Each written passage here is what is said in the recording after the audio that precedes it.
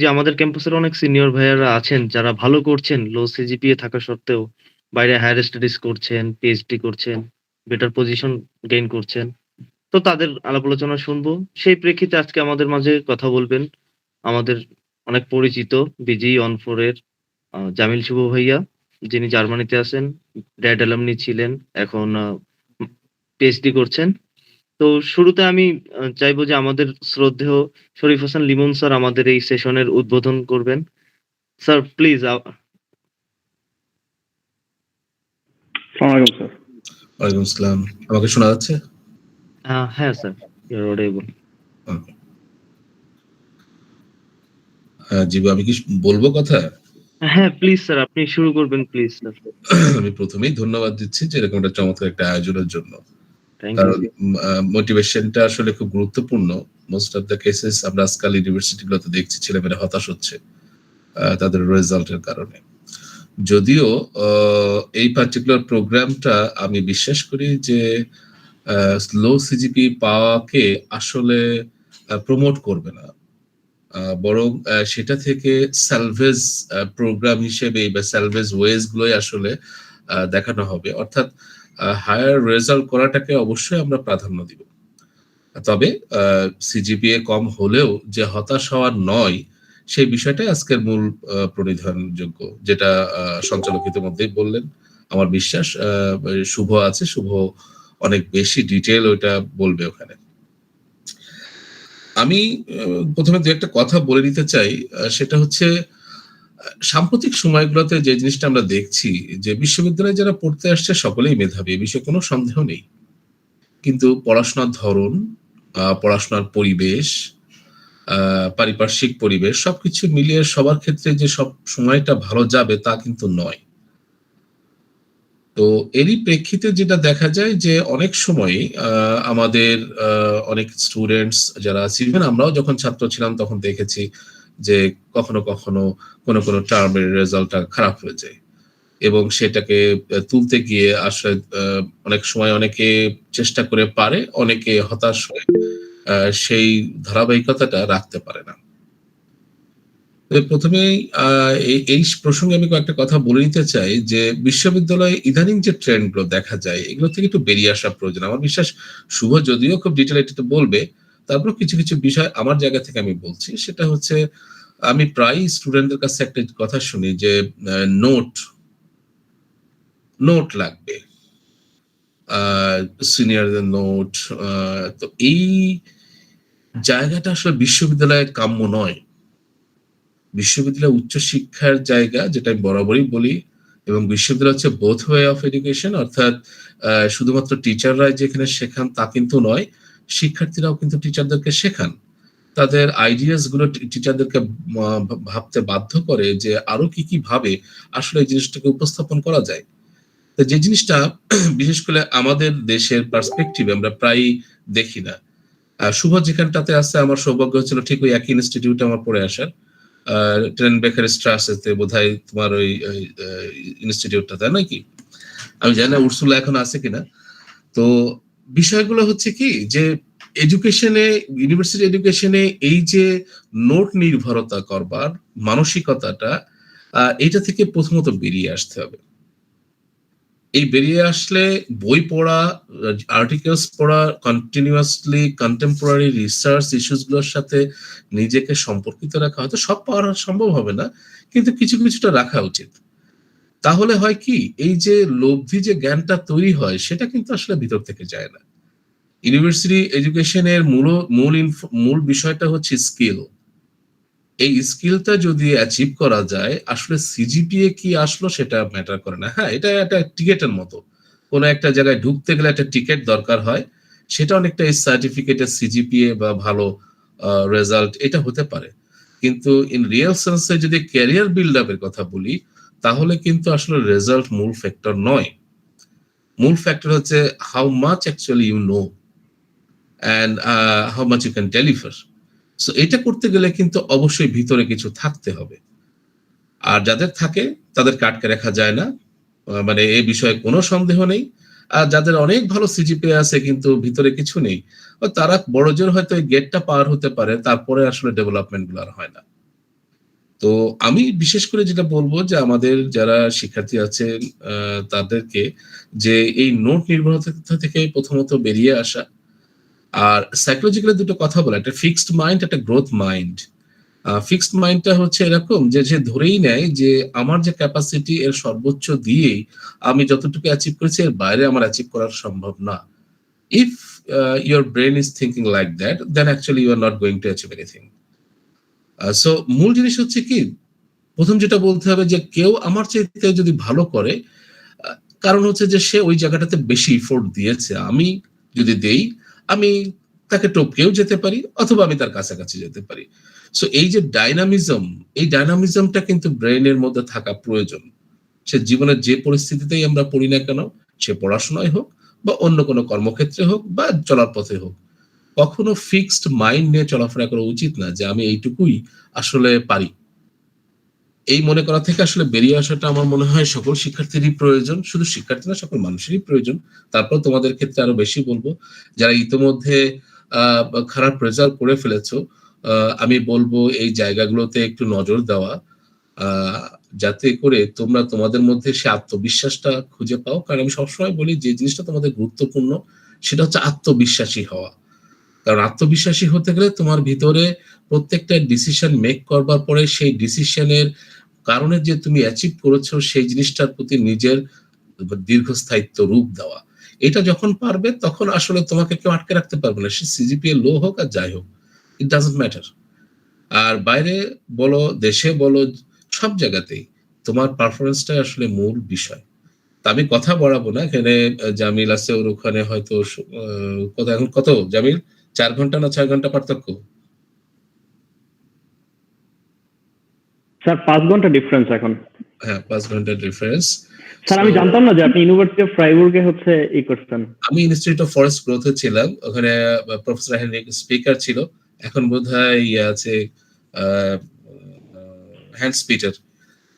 আর hence Peter আছে বোধহয় ওখানে। ওখানে একটা মানকির ছবি আছে। এটা আমার খুব ভালো লাগে একটা ফ্লোরে। দারুণ একটা চমৎকার ছবি। স্যার ওই হার্ডারবাউ বিল্ডিং এ ছিলেন? হ্যাঁ, হ্যাঁ, হ্যাঁ। হ্যাঁ, বাবা। আচ্ছা, আমি ওই ইনস্টিটিউটে ওই বিল্ডিং এ আমাদের হচ্ছে ৩ তলাতে অফিস আরকি। আচ্ছা। তো ওইখানে আমি ফরেস্ট্রির ওই ডিপার্টমেন্টে এখনো যাই নাই। তবে আমাদের সাথে ১৩ জন মিলে জয়েন করছি, তো একজন আছে, একজন পিএইচডি আছে আমাদের গ্রুপে যে হচ্ছে ওই ডিপার্টমেন্টের আরকি। আচ্ছা, আচ্ছা। কখনো না কখনো অবশ্যই যাওয়া হবে আরকি খুব তাড়াতাড়ি। আচ্ছা, জি, ঘুরে এসো। তো আমি আর কথা বাড়াবো না। আমার মনে হয় শুভ অনেক ডিটেইল এ বিষয় নিয়ে আলোচনা করবে। কারণ ও ও এখন এই মুহূর্তে আছে বাইরে। আর ও এখনকার কন্টেম্পোরারি ইস্যুস গুলো আরো খুব ভালো করে জানে। সাম্প্রতিক সময়ে ক্যাম্পাস থেকে আমি বলব ১৪ খুব বেশি দিন নয় যে বেরিয়েছে। সো ক্যাম্পাস এনভায়রনমেন্টটাও তার জানা। সে তার লাইফ দিয়েই জানে যে কোন জিনিসগুলো আসলে স্টুডেন্টদের এখন পরিহার করা উচিত। আর কোনগুলো এখন বর্তমানে বাইরের দেশগুলোতে আসলে প্রাধান্য দিচ্ছে বিবেচনা করবার ক্ষেত্রে। কাজেই আমি আর কথা না বাড়িয়ে ওর সময় নষ্ট না করে আমি এই অনুষ্ঠানের সাফল্য কামনা করছি এবং আশা করছি যারা এখানে অংশগ্রহণ করছে তারা এখান থেকে কিছু একটা নিবে। তো এই প্রত্যাশা রেখে আমি আমার বক্তব্য শেষ করছি। ধন্যবাদ। স্যার অসংখ্য ধন্যবাদ আপনাকে। আ শুভ ভাই ওয়েলকাম এগেইন। আচ্ছা, পার্টিসিপেন্টস দের উদ্দেশ্যে আমি ১ম এ যেটা বলব যে আপনাদের মাথায় অনেক প্রশ্ন আসতে পারে যখন শুভ ভাইয়া কথা বলবে। তো আমার সকলের প্রতি অনুরোধ থাকবে যে আপনারা আপনাদের কোয়েশ্চেন গুলো নোট ডাউন করে রাখবেন। সেশনের একদম শেষে হয়তো আমরা ১০-১৫ মিনিট আপনাদের কোয়েশ্চেন গুলো নিয়েই কাজ করব ইনশাআল্লাহ। তো শুভ ভাই, এই যে আমাদের লিমন স্যার কিন্তু শুরুতেই বলে গেছেন যে আমরা কিন্তু অ্যাপ্রিশিয়েট করব না যে আপনারা লো সিজিটাকে অ্যাচিভ করাটাকে আপনারা খুব ভালোভাবে নিবেন।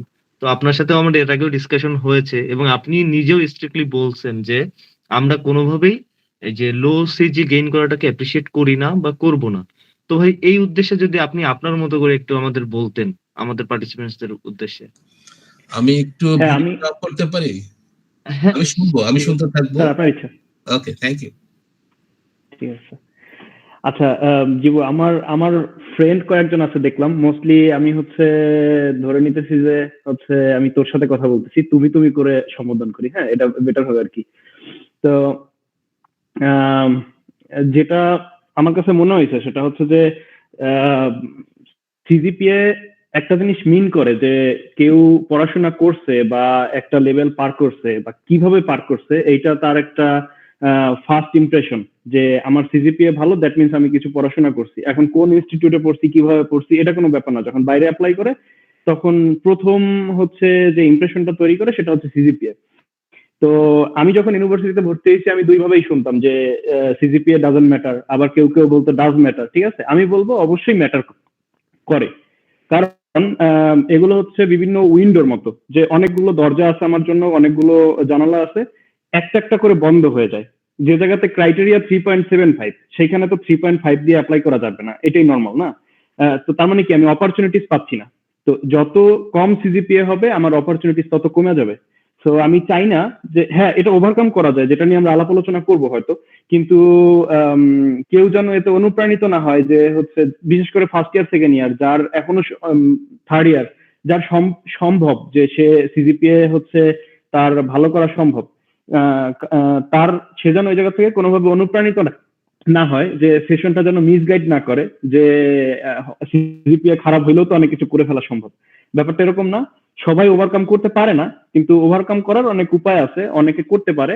তো যার সিজিপিএ খারাপ হয়ে গেছে সামহাউ, ফোর্থ ইয়ারে আছে, এখন আর পসিবল না, বা হচ্ছে পাশ করে ফেলছে, সিজিপিএ কমে গেছে, মূলত তার জন্য আমার মনে হয় এই আলাপ আলোচনাগুলো প্রোডাক্টিভ হইতে পারে। কিন্তু যারা first year second year third year আছে, তাদের হচ্ছে পড়াশোনা তাদের মেইন জব। স্টুডেন্ট ইউনিভার্সিটিতে যায় পড়াশোনা করতেই, এটাই আগে প্রায়োরিটি, এটাই করতে হবে, এবং তাহলে সিজিপিও ভালো হবে, এটাই হচ্ছে কথা। থ্যাংক ইউ শুভ ভাই। এই পরিপ্রেক্ষিতে আমি যদি বলি যে আমরা জানি যে সিজিপিএ যাদের কম থাকে তাদের আইএলটিএস এ একটু বেটার করতে হয়, আসলে এটা কতটা সত্য বা স্কোরটা কত হলে বেটার হয় যদি একটু বলেন। আচ্ছা, আইএলস হচ্ছে এরকম স্ট্যান্ডার্ড নাই যে আমার এত হইলে আমি হয়তো এটা ওভারকাম করে ফেলতে পারবো। ঠিক আছে, তো এক একটা ইউনিভার্সিটি, এক একটা কান্ট্রি বা এক একটা হচ্ছে ইনস্টিটিউটের এক এক ধরনের রিকোয়ারমেন্ট থাকে।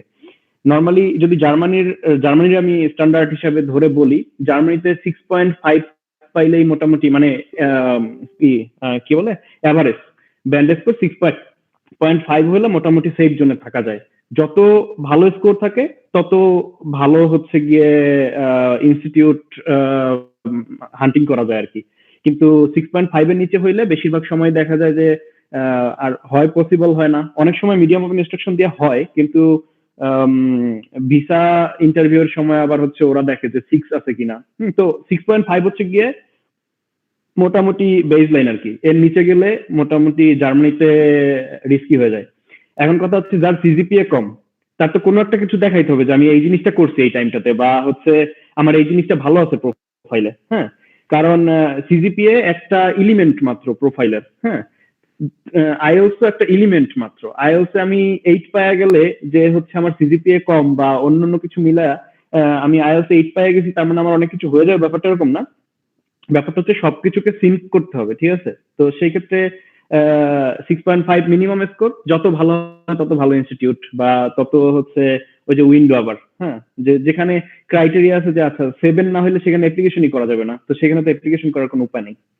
তো সিজিপিএ খারাপ হইলে, আইএলটিএস স্কোর ভালো হইলে এটা বলা যায় যে আচ্ছা ঠিক আছে, আমি আমার হচ্ছে স্টেটমেন্ট অফ পারপাস বা মোটিভেশন লেটার, এই জায়গাগুলোতে আমি ফোকাস করতে পারি যে আচ্ছা ঠিক আছে আমি এই টাইমটাতে এই জিনিসগুলো করছি, লিঙ্ক করা পসিবল, বা একটা ফার্স্ট ইমপ্রেশন ভালো হয় সিভি দেখে। ঠিক আছে, ওকে, থ্যাংক ইউ ভাইয়া। এটা আমরা মোটামুটি ক্লিয়ারলি বুঝলাম। তো এরপরে আমাদের মাথায় যেটা কোশ্চেন আসে, আমাদের যাদের সিজিপিএ 3.5 এর কম, আবার সাথে সাথে আমাদের কোনো পাবলিকেশনসও নাই। নর্মালি এটাই হয় যে আমরা পাবলিকেশনসে ওইভাবে যেতে পারি না বা ভালো কোনো জার্নালেও করতে পারি না। তো আপনি যদি মনে করেন যে যারা আমরা আছি 3.5 এর কম সিজিপিএ, সেই সাথে আমাদের কোনো পাবলিকেশন নাই, তো এক্ষেত্রে আমাদের স্কলারশিপ পাওয়ার অপরচুনিটিটা কেমন?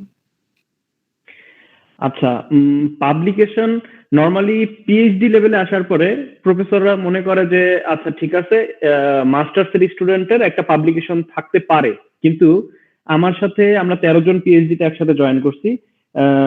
আমি একমাত্র হচ্ছে ডিফারেন্ট কালারের, আমার আরেকজন আছে ইন্দোনেশিয়ার, বাকি সবাই হচ্ছে ইউরোপিয়ান বা আমেরিকার।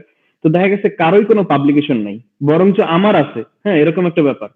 কারণ এটা হচ্ছে যে ওরা এক্সপেক্ট করে না যে একটা স্টুডেন্ট পিএইচডি লেভেলে আসার পরে তার হচ্ছে অনেক ভালো পাবলিকেশন থাকবে, অনেক ভালো জার্নালে থাকবে, এরকম না। কিন্তু একটা পাবলিকেশন থাকা মানে হচ্ছে যে তুমি কিভাবে পেপার লিখতে হয় এটা তুমি জানো, যে স্ট্রাকচারটা কি, কিভাবে পেপারটাকে সাজাইতে হয়, কিভাবে হচ্ছে রিভিউয়ারকে হচ্ছে ডিল করতে হয়, কিভাবে একটা জার্নালে পাবলিশ করতে হয়।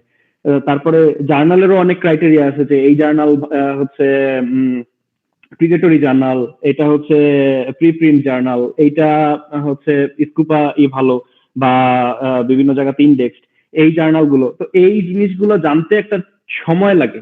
যে কেউ যদি পিএইচডি তে এসে এটা নতুন করে জানা শুরু করে বা বাইরে এসে জানা শুরু করে, তার জন্য অনেক সময় নষ্ট করতে হয়। আগে থেকেই যদি কেউ জানে, সে হচ্ছে আগায় থাকে যে আচ্ছা ঠিক আছে, এই ছেলেটা পাবলিকেশন কিভাবে করতে হয়, কিভাবে পেপার লিখতে হয় এটা জানে, দ্যাট মিনস এর হায়ার করলে আমার এই জিনিসগুলো তাকে শিখাইতে হবে না। কিন্তু মোস্টলি এই লেভেলে আইসা সবাইকে এটা শিখানোই হয় আলটিমেটলি নতুন করে। তো সেই ক্ষেত্রে কারো পাবলিকেশন থাকলে সেটা ভ্যালু অ্যাড করে।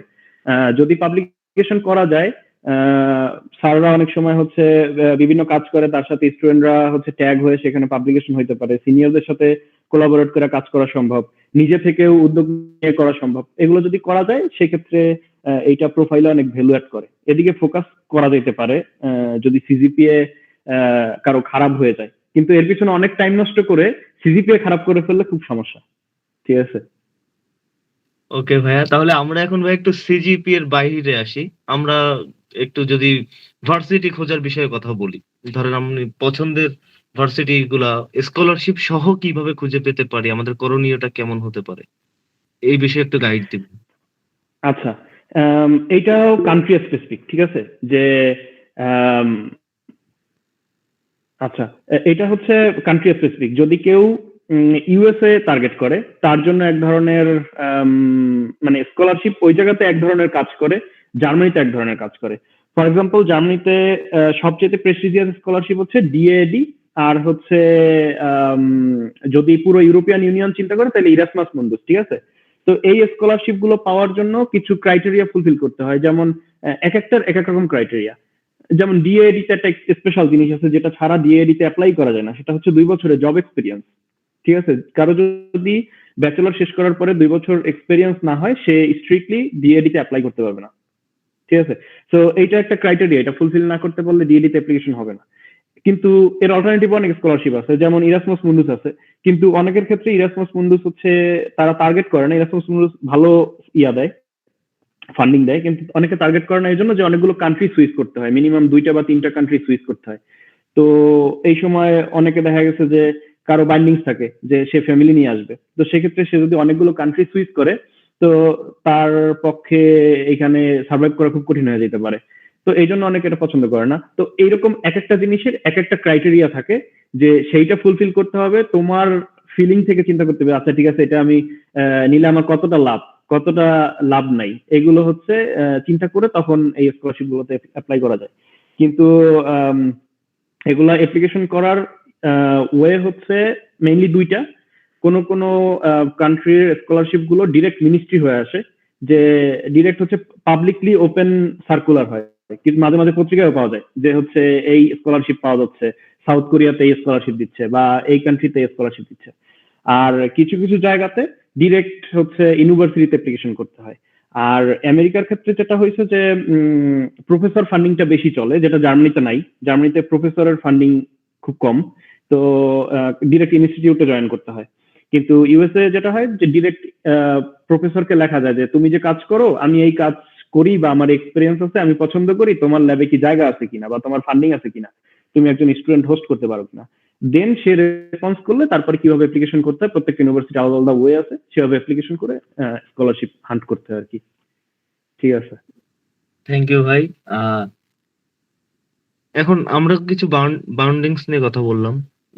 এখন যদি আমরা বলি যে সবারই তো আমাদের এক্সপেকটেশন থাকে যে আমরা ফুল ফ্রি স্কলারশিপে যাব, কারণ আমাদের নর্মালি এটাই হয়, মিডল ক্লাস ফ্যামিলি থেকে আমরা বিলং করি, বা বাইরে আমাদের দেশে যতটাই ভালো অবস্থা থাকুক, বাইরের দেশে যে আমাদের কোপ আপ করা টাফ ফিনান্সিয়ালি লিস্ট। তো আমাদের সবারই একটা টার্গেট থাকে যে আমরা ফুল ফ্রি স্কলারশিপটা নিব। তো আমাদের যারা একটু কম সিজিপিএ আছে বা পাবলিকেশনসও নাই, ধরেন আইএলস এ মোটামুটি আমরা ক্রাইটেরিয়া মেনটেন করলাম, 6.57 পেলাম। তো এই ক্ষেত্রে আমাদের যে ফুল ফ্রি পাওয়ার যে এক্সপেকটেশনটা, এটা আমরা কিভাবে পেতে পারি? আমাদের জন্য যদি খুব সংক্ষেপে একটু বলেন যে এই কাজগুলো করলে ফুল ফ্রি ফান্ড পাওয়াটা ইজি হবে।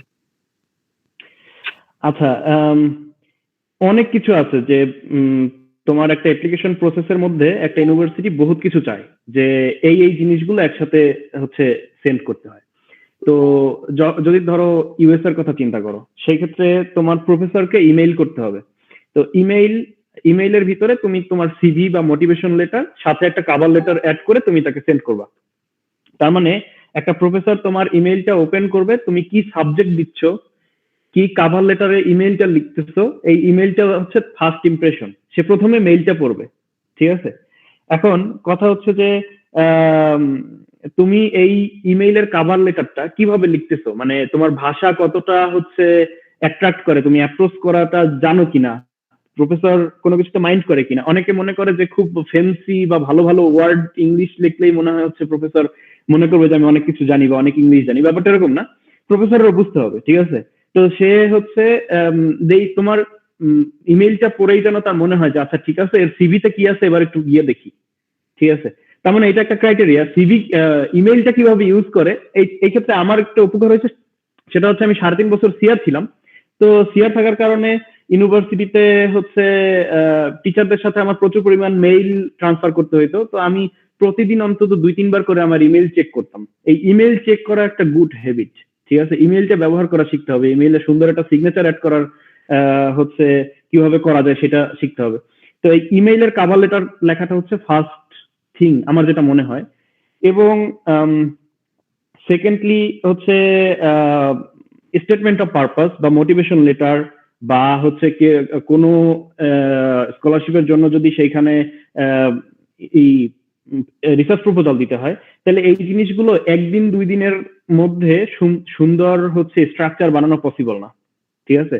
এটার সিস্টেম হচ্ছে যে তুমি আজকে লিখবা, কালকে লিখবা, এভাবে করে ইমপ্রুভ করবে। 10 বছর পরে গিয়ে তুমি 10 বছর পরের নিজের স্টেটমেন্ট অফ পারপাস দেখলে এত হাসি আসবে বলার মতো না। আমি যখন অ্যাপ্লিকেশন করা শুরু করছিলাম ওই সময়ের ফাইলগুলো এখন আমার কাছে আছে। তো ওইগুলো আমি যখন ওপেন করি আমার মনে হয় যে আমি কি লিখতাম তখন, ঠিক আছে? তো এই জিনিসগুলো একদিন 2 দিনে হয় না, আস্তে আস্তে হয়। আজকে তুমি গুগল করো, দেখবা যে স্টেটমেন্ট অফ পারপাসের একটা ফরম্যাট আছে, হ্যাঁ, যে এই এই প্যারায় এই জিনিস লিখতে হয় বা এইভাবে করে উল্লেখ করতে হয়, হ্যাঁ, স্ট্যান্ডার্ড আছে। তুমি এটা প্র্যাকটিস করা শুরু করো, লেখা শুরু করো, দেখবে যে আস্তে আস্তে আস্তে আস্তে জিনিসটা ইমপ্রুভ করবে। তো কারো যদি আসলেই হায়ার স্টাডিজ টার্গেট থাকে তার উচিত এই জিনিসটা এখন থেকে প্র্যাকটিস করা, ঠিক আছে? আর সেকেন্ডলি একটা প্র্যাকটিস খুব জরুরি, যেটা আন্ডারগ্রেডে আমি করতে পারলে আমার খুব ভালো হইতো বা ইমপ্রুভ হইতো, সেটা হচ্ছে যে আজকে একটা সিভি বানাও, ঠিক আছে? আজকে একটা সিভি বানাও, দেখো যে সেমিস্টার শেষে তোমার সিজিপিএ ছাড়া সিভিতে কোনো কিছু অ্যাড হচ্ছে কিনা। যদি সিভিতে কোনো কিছু অ্যাড না হয়, তাহলে কি হলো যে একটা সিজিপিএ তুমি তো একটা কিউমুলেটিভ লাস্টে গিয়ে একটা মানে ইন টোটাল একটা সিজিপিএ তৈরি হবে তোমার, তাই না? তার মানে তোমার সিভি কিছুই হচ্ছে না, সিভি কোনোভাবে ইমপ্রুভ হচ্ছে না, তাই না? সো আজকে একটা সিভি বানাও, প্রতি সেমিস্টারে দেখো যে প্রতি 2 সপ্তাহ বা 4 সপ্তাহ, 2 মাস পরে দেখো যে আমার সিভিতে আমি কি অ্যাড করতে পারতেছি, নতুন কিছু করছি কিনা, কোনো স্কিল ডেভেলপ করছে কিনা বা কোনো কিছু শিখলাম কিনা। এটা অ্যাড করো, দেখবা যে হচ্ছে আস্তে আস্তে অনেক কিছুর প্রতি তুমি আকৃষ্ট হচ্ছে, অনেক কিছু প্রোডাক্টিভ তৈরি হচ্ছে এবং সেগুলো সিভিতে অ্যাড করতে পারতেছো। ফর এক্সাম্পল, অনেক এক্সট্রা কারিকুলার অ্যাক্টিভিটিস আছে যেগুলো দরকার, অনেক ভলান্টিয়ারি ওয়ার্ক আছে। তো এইগুলো হচ্ছে করলে এগুলো অ্যাড করা সম্ভব। অনলাইনে কোর্স আছে যেগুলো করা যায় কোর্সেরাতে বা বিভিন্ন প্ল্যাটফর্মে। সেগুলো যদি ফিল্ড স্পেসিফিক করে ফেলতে পারো যে হ্যাঁ আমি এইটাই করতে চাই, ওই ফিল্ডের অনেক কোর্স পাওয়া সম্ভব, যে কোর্সগুলো অনেক ভ্যালু অ্যাড করে সেগুলো করতে পারো। কনফারেন্সে যাইতে পারো, পাবলিকেশন কথা চিন্তা করতে পারো। এই জিনিসগুলো আসলে সিজিপিএ কম থাকলে একটা অ্যাপ্লিকেন্টকে তার অ্যাপ্লিকেশন আগায় দেয়, ঠিক আছে? থ্যাংক ইউ শুভ ভাই। অলরেডি মনে হচ্ছে অনেক কিছু জেনে গেছি। তারপরেও আমাদের মধ্যে আসলে অনেক কিছু জানার আগ্রহ আছে। এর মধ্যে আমাদের শোনা যেটা অ্যাপ্লিকেশন প্রসিডিউরে সবথেকে বেশি ইমপ্যাক্ট ফেলে নাকি এসওপি, স্টেটমেন্ট অফ পারপোজ। আমি সঠিক বলছি কিনা জানি না, আপনি বলবেন। তো যেহেতু এটার এত বেশি ইমপ্যাক্ট, আপনি প্লিজ আমাকে কি এইভাবে জানাবেন যে কি কি দিকে আমি নজর রাখতে পারি যখন আমি স্টেটমেন্ট অফ পারপোজটা লিখবো? লেখার ক্ষেত্রে আমি কোন কোন দিকে নজর দিব? আচ্ছা, আমি আমার রিয়েল লাইফ এক্সপেরিয়েন্স থেকে বলি। সেটা হচ্ছে যে ধরো আমার প্রফেসর সে আমার পিছনে টাকা খরচ করতেছে, ঠিক আছে? সে আমাকে 3 বছর বা 4 বছর ট্রেন করবে। সে নিজে একাডেমিয়াতে রিসার্চ প্র্যাকটিস করে, সে নিজেও রিসার্চ করে। তো তার মানে সে চাইবে যে আমি যেন এই স্টাডি তার কাছে পিএইচডি করে যে লার্নিং প্রসেসের মধ্যে দিয়ে আমি যাচ্ছি, যে জিনিসটা শিখতেছি, এটা যেন আমি রিসার্চ বা হচ্ছে একাডেমিয়াতেই ইমপ্লিমেন্ট করি, তাই না? তো সেই ক্ষেত্রে যেটা হয়েছে যে আমি যদি কোনোভাবে উম, আমার স্টেটমেন্ট অফ পারপাসের মধ্যে এইভাবে লিখি যে আমি আহ, এই পিএইচডি করতে চাচ্ছি এই জন্য যে আমি বাংলাদেশে ব্যাক করে সুন্দর একটা চাকরি পাবো বা কোনো এরকম একটা কিছু করব, তার মানে কি আমার মোটিভেশন ঠিক নাই। সে আমার পিছনে টাকা খরচ করে আমাকে একটা জিনিস শিখায়া তাতে খুব বেশি লাভ হচ্ছে না, সায়েন্স কমিউনিটির খুব বেশি লাভ হচ্ছে না, ঠিক আছে? তো তোমার মোটিভেশনটা আগে দেখতে হবে যে তুমি আসলে কি করতে চাও, পিএইচডি বা হায়ার স্টাডিজ তোমার কেন দরকার। যদি তুমি হচ্ছে রেমিটেন্স যোদ্ধা হইতে চাও যে হ্যাঁ বাংলাদেশ থেকে বাইরে গিয়ে আমি অনেক টাকা পয়সা ইনকাম করে ফেলবো, এই করবো সেই করবো, তাহলে অনেক ওয়ে আছে, ডিরেক্ট ব্যাচেলরের পরে জব নিয়ে চলে আসা সম্ভব, হায়ার স্টাডিজ করা তো দরকার নেই। তো হায়ার স্টাডিজ করলে ওই মোটিভেশনটা থাকা দরকার যে ঠিক আছে আমি পড়াশোনা করতে যাচ্ছি এই মোটোতে। ফর এক্সাম্পল ধরো আমি জেনেটিক্সে পড়াশোনা করছি, আমি আমার টার্গেট ছিল বায়ো ইনফরমেটিক্স, আমি সারা জীবন আমার কম্পিউটার ভালো লাগে, আমি কম্পিউটার সায়েন্সে পড়ি নাই, তাই আমি ভাবছি যে আচ্ছা ঠিক আছে আমি বায়ো সায়েন্স রিলেটেড প্রোগ্রামিং শিখবো, ঠিক আছে? আমি এটা শেখার চেষ্টা করছি, দেন আমি ওই লাইনেই কাজ করি। কিন্তু এটার একটা বিগার স্কেল চিন্তা করতে হবে যে আচ্ছা ঠিক আছে আমি এটা নিয়ে কোথায় ইমপ্লিমেন্ট করবো, ঠিক আছে? তো আমি আমার স্টেটমেন্ট পারপাসে সবসময় লিখি সেটা হচ্ছে যে আমি বরিশাল আমার বাড়ি, আমি হচ্ছে কোস্টাল এরিয়াতে বড় হয়েছি, আমি খুলনা ইউনিভার্সিটিতে পড়ছি, সুন্দরবনের খুব কাছে, পৃথিবীর সবচেয়ে বড় ম্যানগ্রোভ ফরেস্ট, কিন্তু এইখানে বায়োডাইভার্সিটি নিয়ে অনেক বেশি, মলিকুলার বায়োডাইভার্সিটি নিয়ে খুব বেশি স্টাডি হয় না। তো আমি যেটা করি আমার বর্তমান প্রজেক্ট, পিএইচডি প্রজেক্ট হচ্ছে গিয়ে আমি জেনেটিক অ্যাসেসমেন্ট করি বিভিন্ন বায়োডাইভার্সিটির, ঠিক আছে? তার মানে আমি জিনিসটা লিঙ্ক করছি যে আচ্ছা ঠিক আছে আমি জেনেটিক্সে পড়ছি, আমি জেনেটিক্স জানি, আমি বায়োইনফরমেটিক্স পড়ছি, আমি অ্যানালাইসিস করতে পারি, জেনেটিক ডেটা অ্যানালাইসিস করতে পারি, এবং আমি ফরেস্ট্রির সাথে রিলেটেড যে বায়োডাইভার্সিটি আছে বিভিন্ন, এগুলো পছন্দ করি। এবং কেন করি? কারণ আমি খুলনায় বড় হয়েছি, আমি ম্যানগ্রোভ ফরেস্ট দেখছি সেখানে আস্তে আস্তে ধ্বংস হয়ে যাচ্ছে, আমি বরিশালে বড় হয়েছি কোস্টাল এরিয়া, বিভিন্ন ভাবে আমি রিজনিংটা করছি। তার মানে আমি লেখা শুরু করছি এইভাবে যে আমি কোথায় বড় হয়েছি, কোথায় পড়াশোনা করছি, তারপরে কেন আমি হচ্ছে গিয়ে এই জিনিসটার প্রতি ইন্টারেস্টেড, ওর প্রজেক্টে যে কাজ করবে সেটা রিলেটেড আমার কি স্কিল আছে, আমি কি কি জানি, কি কি পড়ছি, হ্যাঁ, তারপরে ও আমাকে কেন হায়ার করবে, আমাকে হায়ার করলে আমার না হয় অনেক লাভ হয়ে যাবে, আমি না হয় অনেক টেকনিক শিখবো, বহুত কিছু করে ফেলবো, ইনস্টিটিউটকে আমি কি দিব। তারপরে হচ্ছে বড় স্কেলে চিন্তা বলতে হবে যে মানে মিউচুয়াল একটা বেনিফিট যেন হয়, একটা আমি ইনস্টিটিউটের জন্য কিছু করব বা আমি কমিউনিটি ডেভেলপ করতে চাই, সায়েন্স কমিউনিটি কন্ট্রিবিউট করতে চাই, এই জিনিসগুলো তোমাকে সুন্দর করে স্টেপ বাই স্টেপ লিখতে হবে। এখন এর কোনো স্ট্যান্ডার্ড নেই যে কোনো একটা ফরম্যাট থাকতে হবে সেই ফরম্যাটেই তোমাকে লিখতে হবে, ব্যাপারটা এরকম না। ব্যাপারটা তুমি গুগল করলে দেখবে এক একজন এক এক ভাবে লেখে, ঠিক আছে? Statement of purpose, motivation letter এক একজন এক এক ভাবে লেখে। কিন্তু ফার্স্ট এটা একটা সিড হিসাবে নিতে পারো, কোনো কিছু কপি টু পেস্ট করে ফেললে তুমি চান্স, মানে চান্স খুব কমে যাবে। কারণ তুমি যদি তোমার কথা লেখো তুমি সেটার মধ্যে একভাবে ইমোশন দিবা, একভাবে মানে জিনিসটা ফুটবে, হ্যাঁ। কিন্তু তুমি যদি গুগল থেকে খুব সুন্দর টেক্সট কপি করে সেটার মধ্যে এডিট করে নাম টাম চেঞ্জ করে, হ্যাঁ, তারপরে এই করে ফেলো, এটা তোমার স্টেটমেন্ট অফ পারপাস হবে না, ঠিক আছে? তো তুমি এটাকে একটা সিড হিসাবে নিতে পারো যে আচ্ছা ঠিক আছে এই জিনিসটা আমার হাতে আছে, এবার আমি আস্তে আস্তে এই জিনিসটা পড়ে আমার মতো করে ইমপ্রুভ করি, জিনিসটা আমার মতো করে লিখি। তো এই আবার সে আগের কথায় ফিরে যায় যে এটা একদিনের হয় না। স্টেটমেন্ট অফ পারপাস বা মোটিভেশন লেটার এটা একটা মানে আস্তে আস্তে লিখবা, এবং তুমি তোমার মানে পিছনে ধরো আমি এখন যেটা করতেছি, আমি যদি কোনোদিন পোস্টডকে যাই বা এর পরবর্তীতে আমি একাডেমিক ক্যারিয়ারে থাকি, আমার মনে হয় যে স্টেটমেন্ট অফ পারপাসটা পড়ে দেখি, আমি ব্যাক করে এই এখন যেটা লিখছি, এখন যে বললাম যে হ্যাঁ অনেক কিছু লিখে ফেলছি, এটাই আমার কাছে হাস্যকর মনে হবে যে কি লিখতাম, ঠিক আছে? কারণ এই জিনিসটা আস্তে আস্তে ডেভেলপ করে, ঠিক আছে? কিন্তু স্টেটমেন্ট অফ পারপাস হচ্ছে একটা ফার্স্ট ইমপ্রেশন। বললাম না, কাভার লেটারটা পড়বে, তোমার প্রফেসর কাভার লেটার পড়বে, তারপর তোমার মোটিভেশন দেখবে যে তুমি আসলে আম, কেন তুমি কেন পড়তে যাচ্ছ জিনিসটা, ঠিক আছে? বা তোমার পিএইচডি করে তোমার লাভ কি, আমার লাভ কি। স্টেটমেন্ট অফ পারপাস বা হচ্ছে মোটিভেশন লেটার এটা পড়ার পরে দেন তোমার সিভি অ্যানালাইসিস করবে বা আদার ম্যাটেরিয়ালস দেখবে তোমার অ্যাপ্লিকেশনের, যে আচ্ছা ঠিক আছে সিজিপিএ আমার কোনো অ্যাপ্লিকেশন আমি কোনোদিন আজ পর্যন্ত সিজিপিএ লিখি নাই, ঠিক আছে? কোনোদিনই লিখিনি। আমি পিএইচডি পাইছি আমার হচ্ছে মাস্টার্স ডিগ্রি হওয়ার পরে। ব্যাপারটা এরকম না যে আমার জার্মান মাস্টার্স হয়ে গেছে বলে আমি হচ্ছে গিয়ে পিএইচডি জয়েন করতে পারছি। আমার মাস্টার্স শেষ হওয়ার আগে আমি পিএইচডি কনফার্ম করছি এবং মাস্টার্স শেষ করে জয়েন করছি। তার মানে ও আমার ব্যাচেলরের সিজিপিএই দেখছে আমাকে যখন রিক্রুট করছে, কিন্তু আমি কোথাও সিজিপিএই লিখি নাই। হ্যাঁ, আমি অ্যাটাচমেন্ট হিসেবে আমার সার্টিফিকেট দিছি, ও দেখছে কিনা আমি তাও জানি না, কোনোদিন চায় না। ঠিক আছে, ও বাকি মেটেরিয়ালস দেখছে। আর বাকি ম্যাটেরিয়ালস গুলা কি যদি একটু বলেন? ধরো জার্মানির কোন ইউনিভার্সিটিতে জিআরই চাই, কিছু কিছু ইউনিভার্সিটি আছে যারা নতুন করে জিআরই ইম্পোজ করতেছে, কিন্তু নর্মালি জার্মানির জন্য জিআরই এত ম্যান্ডেটরি না। ঠিক আছে, কিন্তু সে জিআরই চায়। এখন তোমার জিআরই স্কোর কত ভালো আছে সেটা সে দেখবে। ঠিক আছে, একটা জিনিস আমরা একবার আলাপ করি না, সেটা হচ্ছে রিকমেন্ডেশন লেটার। খুব ভালো রিকমেন্ডেশন লেটার আমাদের ক্ষেত্রে যেটা হয় যে আমরা ধরো মনে করি যে আচ্ছা ঠিক আছে, এই স্যারের কাছ থেকে রিকমেন্ডেশন লেটার নিব, এই স্যারের কাছ থেকে নিব, কারণ সে হচ্ছে গিয়ে মনে করো ভালো একটা পজিশন হোল্ড করে বা কোনো কিছু। কিন্তু স্যারের সাথে আমার সম্পর্ক এত ভালো না যে সে নিজ গরজে ইমেইল চেক করে আমার মোটিভেশন লেটারটা, আমার হচ্ছে রিকমেন্ডেশন লেটার, হ্যাঁ, রিকমেন্ডেশন লেটারটা পাঠাবে।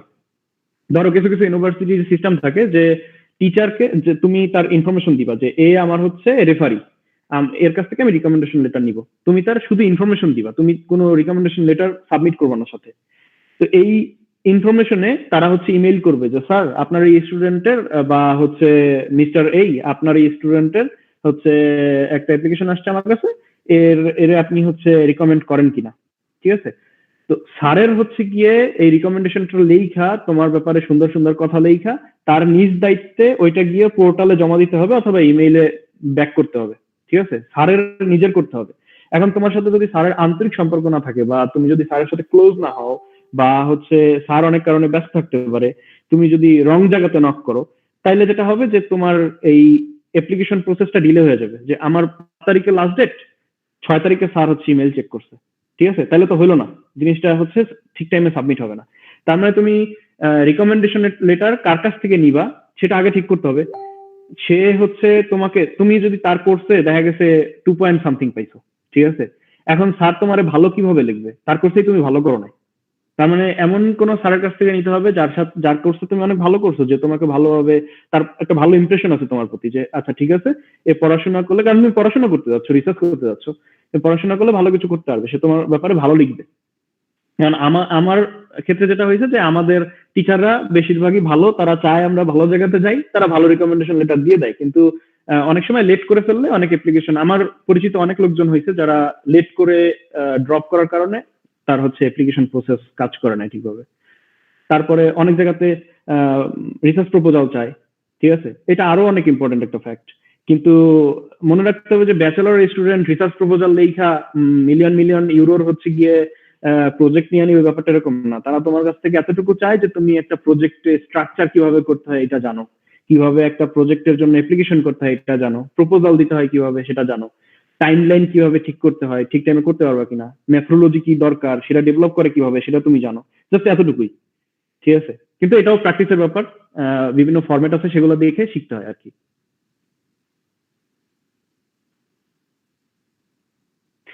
তোমার আনমিউট করতে হবে যেবু, ই নাই।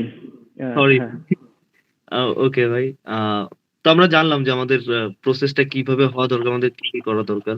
এখন আমাদের মাঝে আরেকটা বাইন্ডিংস এর কথা মাথায় আসছে, যে ইউরোপের বেশিরভাগ কান্ট্রি গুলো যদি আমরা দেখি, জার্মানি, ফ্রান্স, পর্তুগাল, তো এদের তো নিজস্ব ভাষা আছে।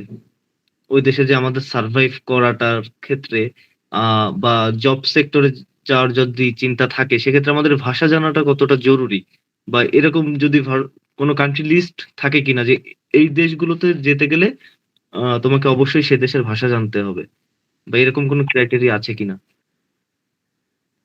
আচ্ছা, হ্যাঁ, সত্যি কথা হচ্ছে যে আমি যে কান্ট্রিতে আছি এই কান্ট্রিতে তাদের একটা নিজস্ব ভাষা আছে এবং তারা হচ্ছে চায় যে সবাই ওই ভাষায় কথা বলুক, ইংলিশ কেউ না বলুক। এটা একটা আইল্যান্ডের ভাষা, ছোট্ট একটা আইল্যান্ড, এরা এইভাবে চিন্তা করে যে কেন আমি এই ভাষায় কথা বলবো, তুমি বলতে পারো আমি বলতে পারি না, ঠিক আছে, ব্যাপারটা এরকম না, তাদের ভিতরে জায়গা থেকে এভাবে চিন্তা করে। কিন্তু একাডেমিয়াতে আসলে বা রিসার্চে ভাষা সব জায়গাতে ক্রাইটেরিয়া হিসাবে ইংলিশই থাকে। ঠিক আছে? ইভেন আমার ইনস্টিটিউটে আমরা ওই যে বললাম 13 জন পিএইচডি জয়েন করছি, 6 জন জার্মান, কিন্তু কেউ জার্মান ভাষায় কথা বলে না ভিতরে। আমরা যখন একসাথে থাকি সবাই সবসময় ইংলিশেই বলি। তো এই জন্য যেটা হয়েছে যে আমার 3.5 বছরে আমি আমার কোনো জার্মান ভাষা ডেভেলপ করে নাই, কিন্তু আমার শেখা উচিত ছিল। কারণ যখন লোকাল কমিউনিটিতে আমি মিশতে যাই তখন হচ্ছে আমার এই ভাষা দরকার। বা আমি রেসিডেন্সির জন্য অ্যাপ্লাই করলে আমার হচ্ছে ভাষা লাগবে। কিন্তু বা আমার আছেও, আমি মিনিমাম টুকু পারি, আমি আমাকে ইন্ট্রো করতে পারি বা যতটুকু দরকার ততটুকু পারি, কিন্তু এটা একটা লেভেলে আমার শেখা উচিত ছিল। এখন এটা আমি কেন আমার দরকার হয় নাই বা আমি কেন শিখি নাই, গরজ হয় নাই, কারণ হচ্ছে আমি যে অ্যাপ্লিকেশন প্রসেসের মধ্যে দিয়ে আসছি, কোনো জায়গাতে আমাকে চাওয়া হয় না যে আমার এই জার্মান ভাষার এত লেভেল লাগবে আর কি। এখন ধরো তুমি একটা ইনস্টিটিউটে যাচ্ছ যেটা হচ্ছে ফার্মিং রিলেটেড কাজ করে তারা, ঠিক আছে? তার মানে তোমার একেবারে এন্ড ইউজারের সাথে গিয়ে কথা বলতে হবে, যারা ফার্মিং করে বা যারা হচ্ছে কাস্টমার আছে, যারা সেলিং করে, এদের সাথে তোমার ডিল করতে হবে। এখন যে একজন ধরো একেবারে আমার আমার গ্রুপে একজন আছে যে ফরেস্ট্রি রিলেটেড কাজ করে, ওর হচ্ছে ডিরেক্ট ফরেস্টে গিয়ে যারা ফরেস্টার আছে, ফরেস্ট ম্যানেজমেন্টের লোকজন আছে, তাদের সাথে কথা বলতে হবে, ডিল করতে হবে। এখন ও যদি জার্মান ভাষা না জানে, তুমি তো এক্সপেক্ট করতে পারো না যে একজন ফরেস্টার তোমার সাথে ইংলিশে কথা বলবে বা সে এডুকেটেড হবে বা সে এডুকেটেড না, ইংলিশ এভাবে বলে, ঠিক আছে? এটা তুমি এক্সপেক্ট করতে পারো না। দ্যাট মিনস এই সাবজেক্টটাতে ক্রাইটেরিয়া হিসেবে দেয়া থাকবে যে জার্মান ভাষা জানতে হবে, নাহলে তো তুমি তার সাথে ডিলই করতে পারবে না। তো এটাও স্পেসিফিক, তোমার প্রজেক্টের যে রোল, সেই রোল অনুযায়ী তোমাকে এটা ফিক্স করে দেওয়া হয় যে আচ্ছা ঠিক আছে, এই এই সাবজেক্টে আসতে হলে বা এই প্রোগ্রামে আসতে হলে তার এই ভাষাটা লাগবেই, নাহলে সে ডিল করতে পারবে না মানুষের সাথে, ঠিক আছে? এই জন্য সেই সব জায়গাতে থাকে। আর কিছু ব্যাপার আছে যে ধরো কেউ ব্যাচেলরে আসবে, মাস্টার্সে আসবে না। এখন যে ব্যাচেলরে এখানে ইংলিশের সাবজেক্ট খুব কম, যে ব্যাচেলরে আসবে তাকে অবশ্যই জার্মান ভাষা শিখে তারপরে আসতে হবে, ঠিক আছে?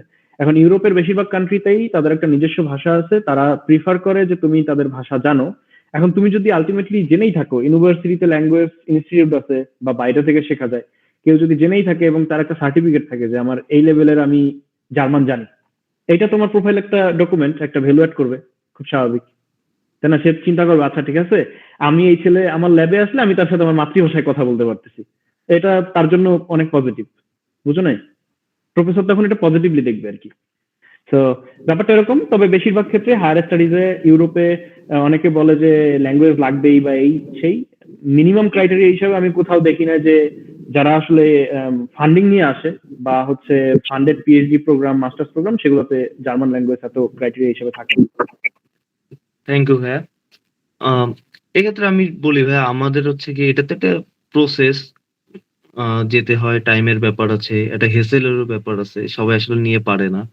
তো আমরা অনেকেই দেখা যায় এজেন্সির কাছে ছুটে যাই। তো এজেন্সি মানে যদি একদম স্টুডেন্টরা যেভাবে বলে এজেন্সি ধরাটাকে আপনি কিভাবে দেখছেন? আমি তো মনে করি ভাই নিজে আচ্ছা করাটাই, বাট আপনার দিক দিয়ে। আচ্ছা, এজেন্সি এই জিনিসগুলো হচ্ছে ওই আমাদের যেমন ইউনিভার্সিটিতে আসার আগে কোচিং সেন্টার গুলো যেভাবে করে একচেটিয়া বিজনেস করে, এরকম একটা জিনিস তৈরি হয়েছে, যেটা হচ্ছে খুব হচ্ছে। রিসেন্টলি আমি দেখছি যে আরো বেশি বুস্ট করতেছে জিনিসটা, মানুষ ইসে আসতে চায় বলে। এখন কথা হচ্ছে যে এজেন্সি বেশিরভাগ ক্ষেত্রেই যেটা হয় যে ফ্রড থাকে, তারা টাকা পয়সা নেয় বা টাকা পয়সা না নিয়ে বলে যে তোমার ভিসা হয়ে যাবে, সবকিছু হয়ে যাবে, তারপর টাকা দিবা বা কিছু। বেশিরভাগ ক্ষেত্রে এগুলো থাকে ফেক, ঠিক আছে?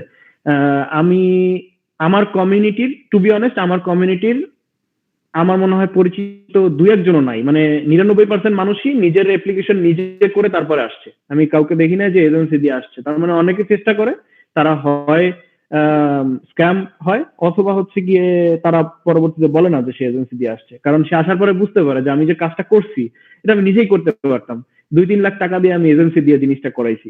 হুম তখন সে নিজে মনে করে যে আমি বুকার স্বর্গে বাস করতাম, তাই সে আর বলে না যে আমি হচ্ছে এজেন্সি ইয়া করব। হুম আহ, তো এইটা একটা ব্যাপার, যে এজেন্সি অনেক লুক্রেটিভ অ্যাডভার্টাইজমেন্ট দেয় যে হ্যাঁ তোমার আইএলটিএস দিতে হবে না, তোমার হচ্ছে ভিসা 100% কনফার্ম করে তারপরে দিবে, যে কোনো প্রোফাইলের লোকজন হচ্ছে গিয়ে তারা হচ্ছে স্কলারশিপ ধরায় দিবে। এগুলো মোস্টলি ফেক। এখন 2023 সালে এসে ব্যাপারটা এরকম হয়েছে যে ফেসবুকে কিছু গ্রুপ আছে, ইউটিউবে কিছু চ্যানেল আছে খুবই প্রোডাক্টিভ, ঠিক আছে। ফর এক্সাম্পল ধরো হায়ার স্টাডিজ হাব নামে হচ্ছে একটা আছে সম্ভবত, হায়ার স্টাডিজ হাব বা কিছু। আমি চাইলে এগুলো শেয়ার করে দিতে পারি, তোমাদের মনে হয় এই একটা গ্রুপ আছে তাই না, আমি আগের দিন দেখলাম, ওইখানে আমি চাইলে কখনো রিসোর্স গুলো শেয়ার করতে পারি। যেমন জার্মানির জন্য হচ্ছে গিয়ে একটা গ্রুপ আছে, ফেসবুক গ্রুপ আছে যেটার নাম হচ্ছে বিসাক। তো ওইখানে দেখা গেছে যে কেউ যদি আসলে ফাইল সেকশন ঘাটায় ডিএডি স্কলারশিপ বা হচ্ছে পুরো কিভাবে সেলফ ফিনান্সে, যদি কেউ সেলফ ফিনান্সে আসে, যেমন আমি প্রথমে সেলফ ফিনান্সে আসছিলাম, ঠিক আছে, টিউশন ফি ফ্রি, সেলফ ফিনান্সে আসছিলাম। পরবর্তীতে আমি এসে এখানে ডিএডি পাইছি, পার্শিয়াল ফান্ডিং, তারপরে পিএইচডি তে মুভ করছি। তো এই প্রসেস গুলো একটু কমপ্লিকেটেড, পেপার গুলো রেডি করা, কিন্তু এত মানে খুলনা ইউনিভার্সিটির গ্রাজুয়েটের জন্য এত কঠিন কিছু না, ঠিক আছে। মনে করো যে একটা কোর্সের সিটির জন্য যে পরিমাণ পড়াশোনা করার রিপোর্ট দেওয়া লাগে ততটুকুও লাগে না, ঠিক আছে, আমার যেটা মনে হয় আর কি, আমার মানে পার্সোনাল থেকে যেটা মনে হয়, এটা চাইলেই করা সম্ভব, নিজের থেকে করা সম্ভব। কিন্তু তুমি যদি এজেন্সির কাছে যাও, তোমার কাছে 2 লাখ টাকা বা 3 লাখ টাকা হচ্ছে কি করবে, ডিমান্ড করবে। আচ্ছা ভাইয়া, তাহলে ধরেন আমরা এজেন্সির কাছে গেলাম না, আমরা ভার্সিটি খুঁজবো, সার্চ করব, আমরা নিজেরাই যাব। তো এখানে ভার্সিটি অ্যাপ্লাইয়ের কিছু ব্যাপার আছে, আমার ওভারঅল আইএলটিএস এর খরচ আছে। আপনি যদি মনে করেন যে আমার বাইরে যাওয়ার আগ পর্যন্ত, মানে দেশের বাইরে যাওয়ার আগ পর্যন্ত আমার কত টাকা বাজেট রাখা উচিত, যে আমার এত টাকা খরচ হবেই প্রসিডিওরে? আচ্ছা, যদি মানে এটাও কান্ট্রি স্পেসিফিক, ঠিক আছে, এটা কান্ট্রি স্পেসিফিক, কারণ হচ্ছে যদি তুমি, এবং স্কলারশিপ স্পেসিফিক, যদি তুমি সেলফ ফিনান্সে আসো জার্মানিতে ফর এক্সাম্পল, তাহলে তোমার আইএলটিএস দিতে হবে, সেখানে 18-20 হাজার টাকার মতো খরচ আছে। বা তার তার সাথে যদি কেউ কোচিং করে, মক টেস্ট দেয়, সেগুলোর একটা খরচ আছে। তারপরে হচ্ছে ইউনিভার্সিটি অ্যাপ্লিকেশন করলে এক এক ইউনিভার্সিটির এক এক ধরনের ফি থাকে, অ্যাপ্লিকেশন ফি। এখন কেউ যদি স্কলারশিপ অ্যাপ্লাই করে, ধরো ডিএডি ফর এক্সাম্পল, ডিএডি তে অ্যাপ্লিকেশন করলো, ডিএডি তে অ্যাপ্লিকেশন করার কোনো ফি নাই, ঠিক আছে, কোনো চার্জ নাই, তুমি শুধু অ্যাপ্লিকেশন করে দিবা, শেষ। তো এখন যেটা হয়েছে যে তুমি ধরো এইটা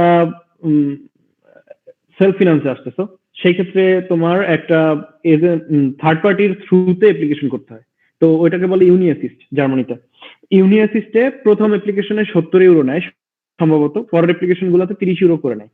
তো এই যে অ্যাপ্লিকেশনটা করতেছো, এই জায়গায় একটা ফি আছে। এরপরে তুমি ডকুমেন্ট গুলো বাংলাদেশ থেকে তোমাকে বিভিন্ন কুরিয়ারের থ্রুতে ওই কান্ট্রিতে সেন্ড করতে হবে, ফিজিক্যাল কপি, তো নোটারাইজ কপি আর কি। তো ওইটা যখন তুমি পাঠাবা, সেখানে একটা চার্জ আছে, কুরিয়ার ফি। তারপরে এরপরে যদি তোমার অ্যাকসেপ্ট হয়ে যায়, হওয়ার পরে তুমি হচ্ছে ভিসার জন্য অ্যাপ্লাই করবো, ভিসার একটা ফি আছে। তারপরে তোমার টিকিট কাটতে হবে, যদি সবকিছু সাকসেসফুলি হয়ে যায় তাহলে হচ্ছে এয়ারের টিকিট কাটতে হবে, সেটার একটা আছে। তো এই সব মিলে আমার মনে হয় 50,000 থেকে, মানে কান্ট্রি ভেদে বা স্কলারশিপ ভেদে 50,000 থেকে 1 লাখ টাকার মতো হচ্ছে গিয়ে মিনিমাম খরচ হয় আর কি, মিনিমাম খরচ হয়। এখন সেই ক্ষেত্রে আরেকটা জিনিস আছে যে কারো যদি সিজিপিএ কম থাকে, তার তো অ্যাপ্লিকেশন বেশি করতে হবে। কারণ ধরো আমার সিজিপিএ কম, আমি তো 2টা অ্যাপ্লিকেশন করলে একটা হয়ে যাবে, ব্যাপারটা এরকম না। আমার যেটা করতে হবে, অ্যাপ্লিকেশন করতে হবে বেশি, 4টা-5টা অ্যাপ্লিকেশন করতে হবে। তারপরে ওরকম খোঁজ রাখতে হবে যে আবার ভুলভাল অ্যাপ্লিকেশনও করা যাবে না, যে এই জায়গাতে রিকোয়ারমেন্ট 3.5, আমি 2.99 দিয়ে সেখানে অ্যাপ্লিকেশন করে দিলাম, হবে না, তো তোমার ডাকবেই না। তো এইভাবে করে তুমি 5টা অ্যাপ্লিকেশন করলা, 5টা অ্যাপ্লিকেশন করলে খরচ বেড়ে গেল, ঠিক আছে। তো এইভাবে তোমার খরচ তুমি চিন্তা করে হচ্ছে করবা যে তুমি কতটুকু হচ্ছে খরচ করতে পারবা। বাট 50 থেকে 1 লাখ টাকা ধরো যে মিনিমাম কস্ট চলে যায় আর কি। আচ্ছা ভাই, এটা তো জাস্ট আমাদের অ্যাপ্লাই প্রসিডিওরে যাচ্ছে আর কি। তো খরচের মধ্যে যেহেতু আছি, আরেকটা কথা চিন্তা করি যে আমাদের নরমালি ব্যাংক স্টেটমেন্ট তো দেখাতে হয়। এখন এটা ভেরি করে বিভিন্ন ক্ষেত্রে। এখন হয়তো 12-13 লাখ বা কোথাও 15 লাখ লাগে। তো আপনি যদি নির্দিষ্ট করে বলতেন যে ইউরোপ কান্ট্রি গুলোতে এখন কেমন লাগতেছে, আর এই মানে এই অ্যামাউন্টটা আমাকে ঠিক কখন দেখাতে হবে? আচ্ছা, শোনো, আমার আমার হচ্ছে ওয়াইফ, আমার ব্যাচমেট, ঠিক আছে, মুমু, ও ডিএডি স্কলারশিপ নিয়ে আসছে, ফুল ডিএডি স্কলারশিপ নিয়ে আসছে পুরো মাস্টার্স প্রোগ্রামে। ওর কোথাও 1 টাকাও দেখাইতে হয় নাই, ঠিক আছে।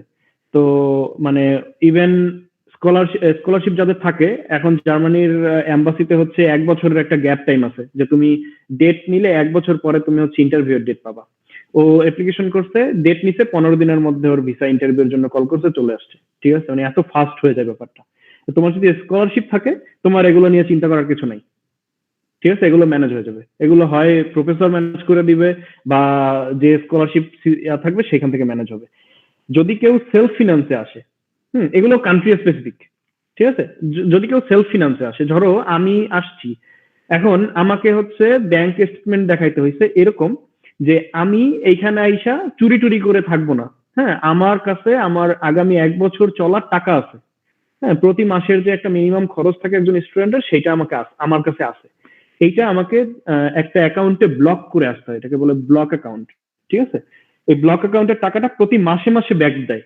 পুরো 12 মাস বসে এই টাকাটা তুমি ব্যাক পাবা, তুমি একবারে কিন্তু টাকাটা ব্যাক পাবা না।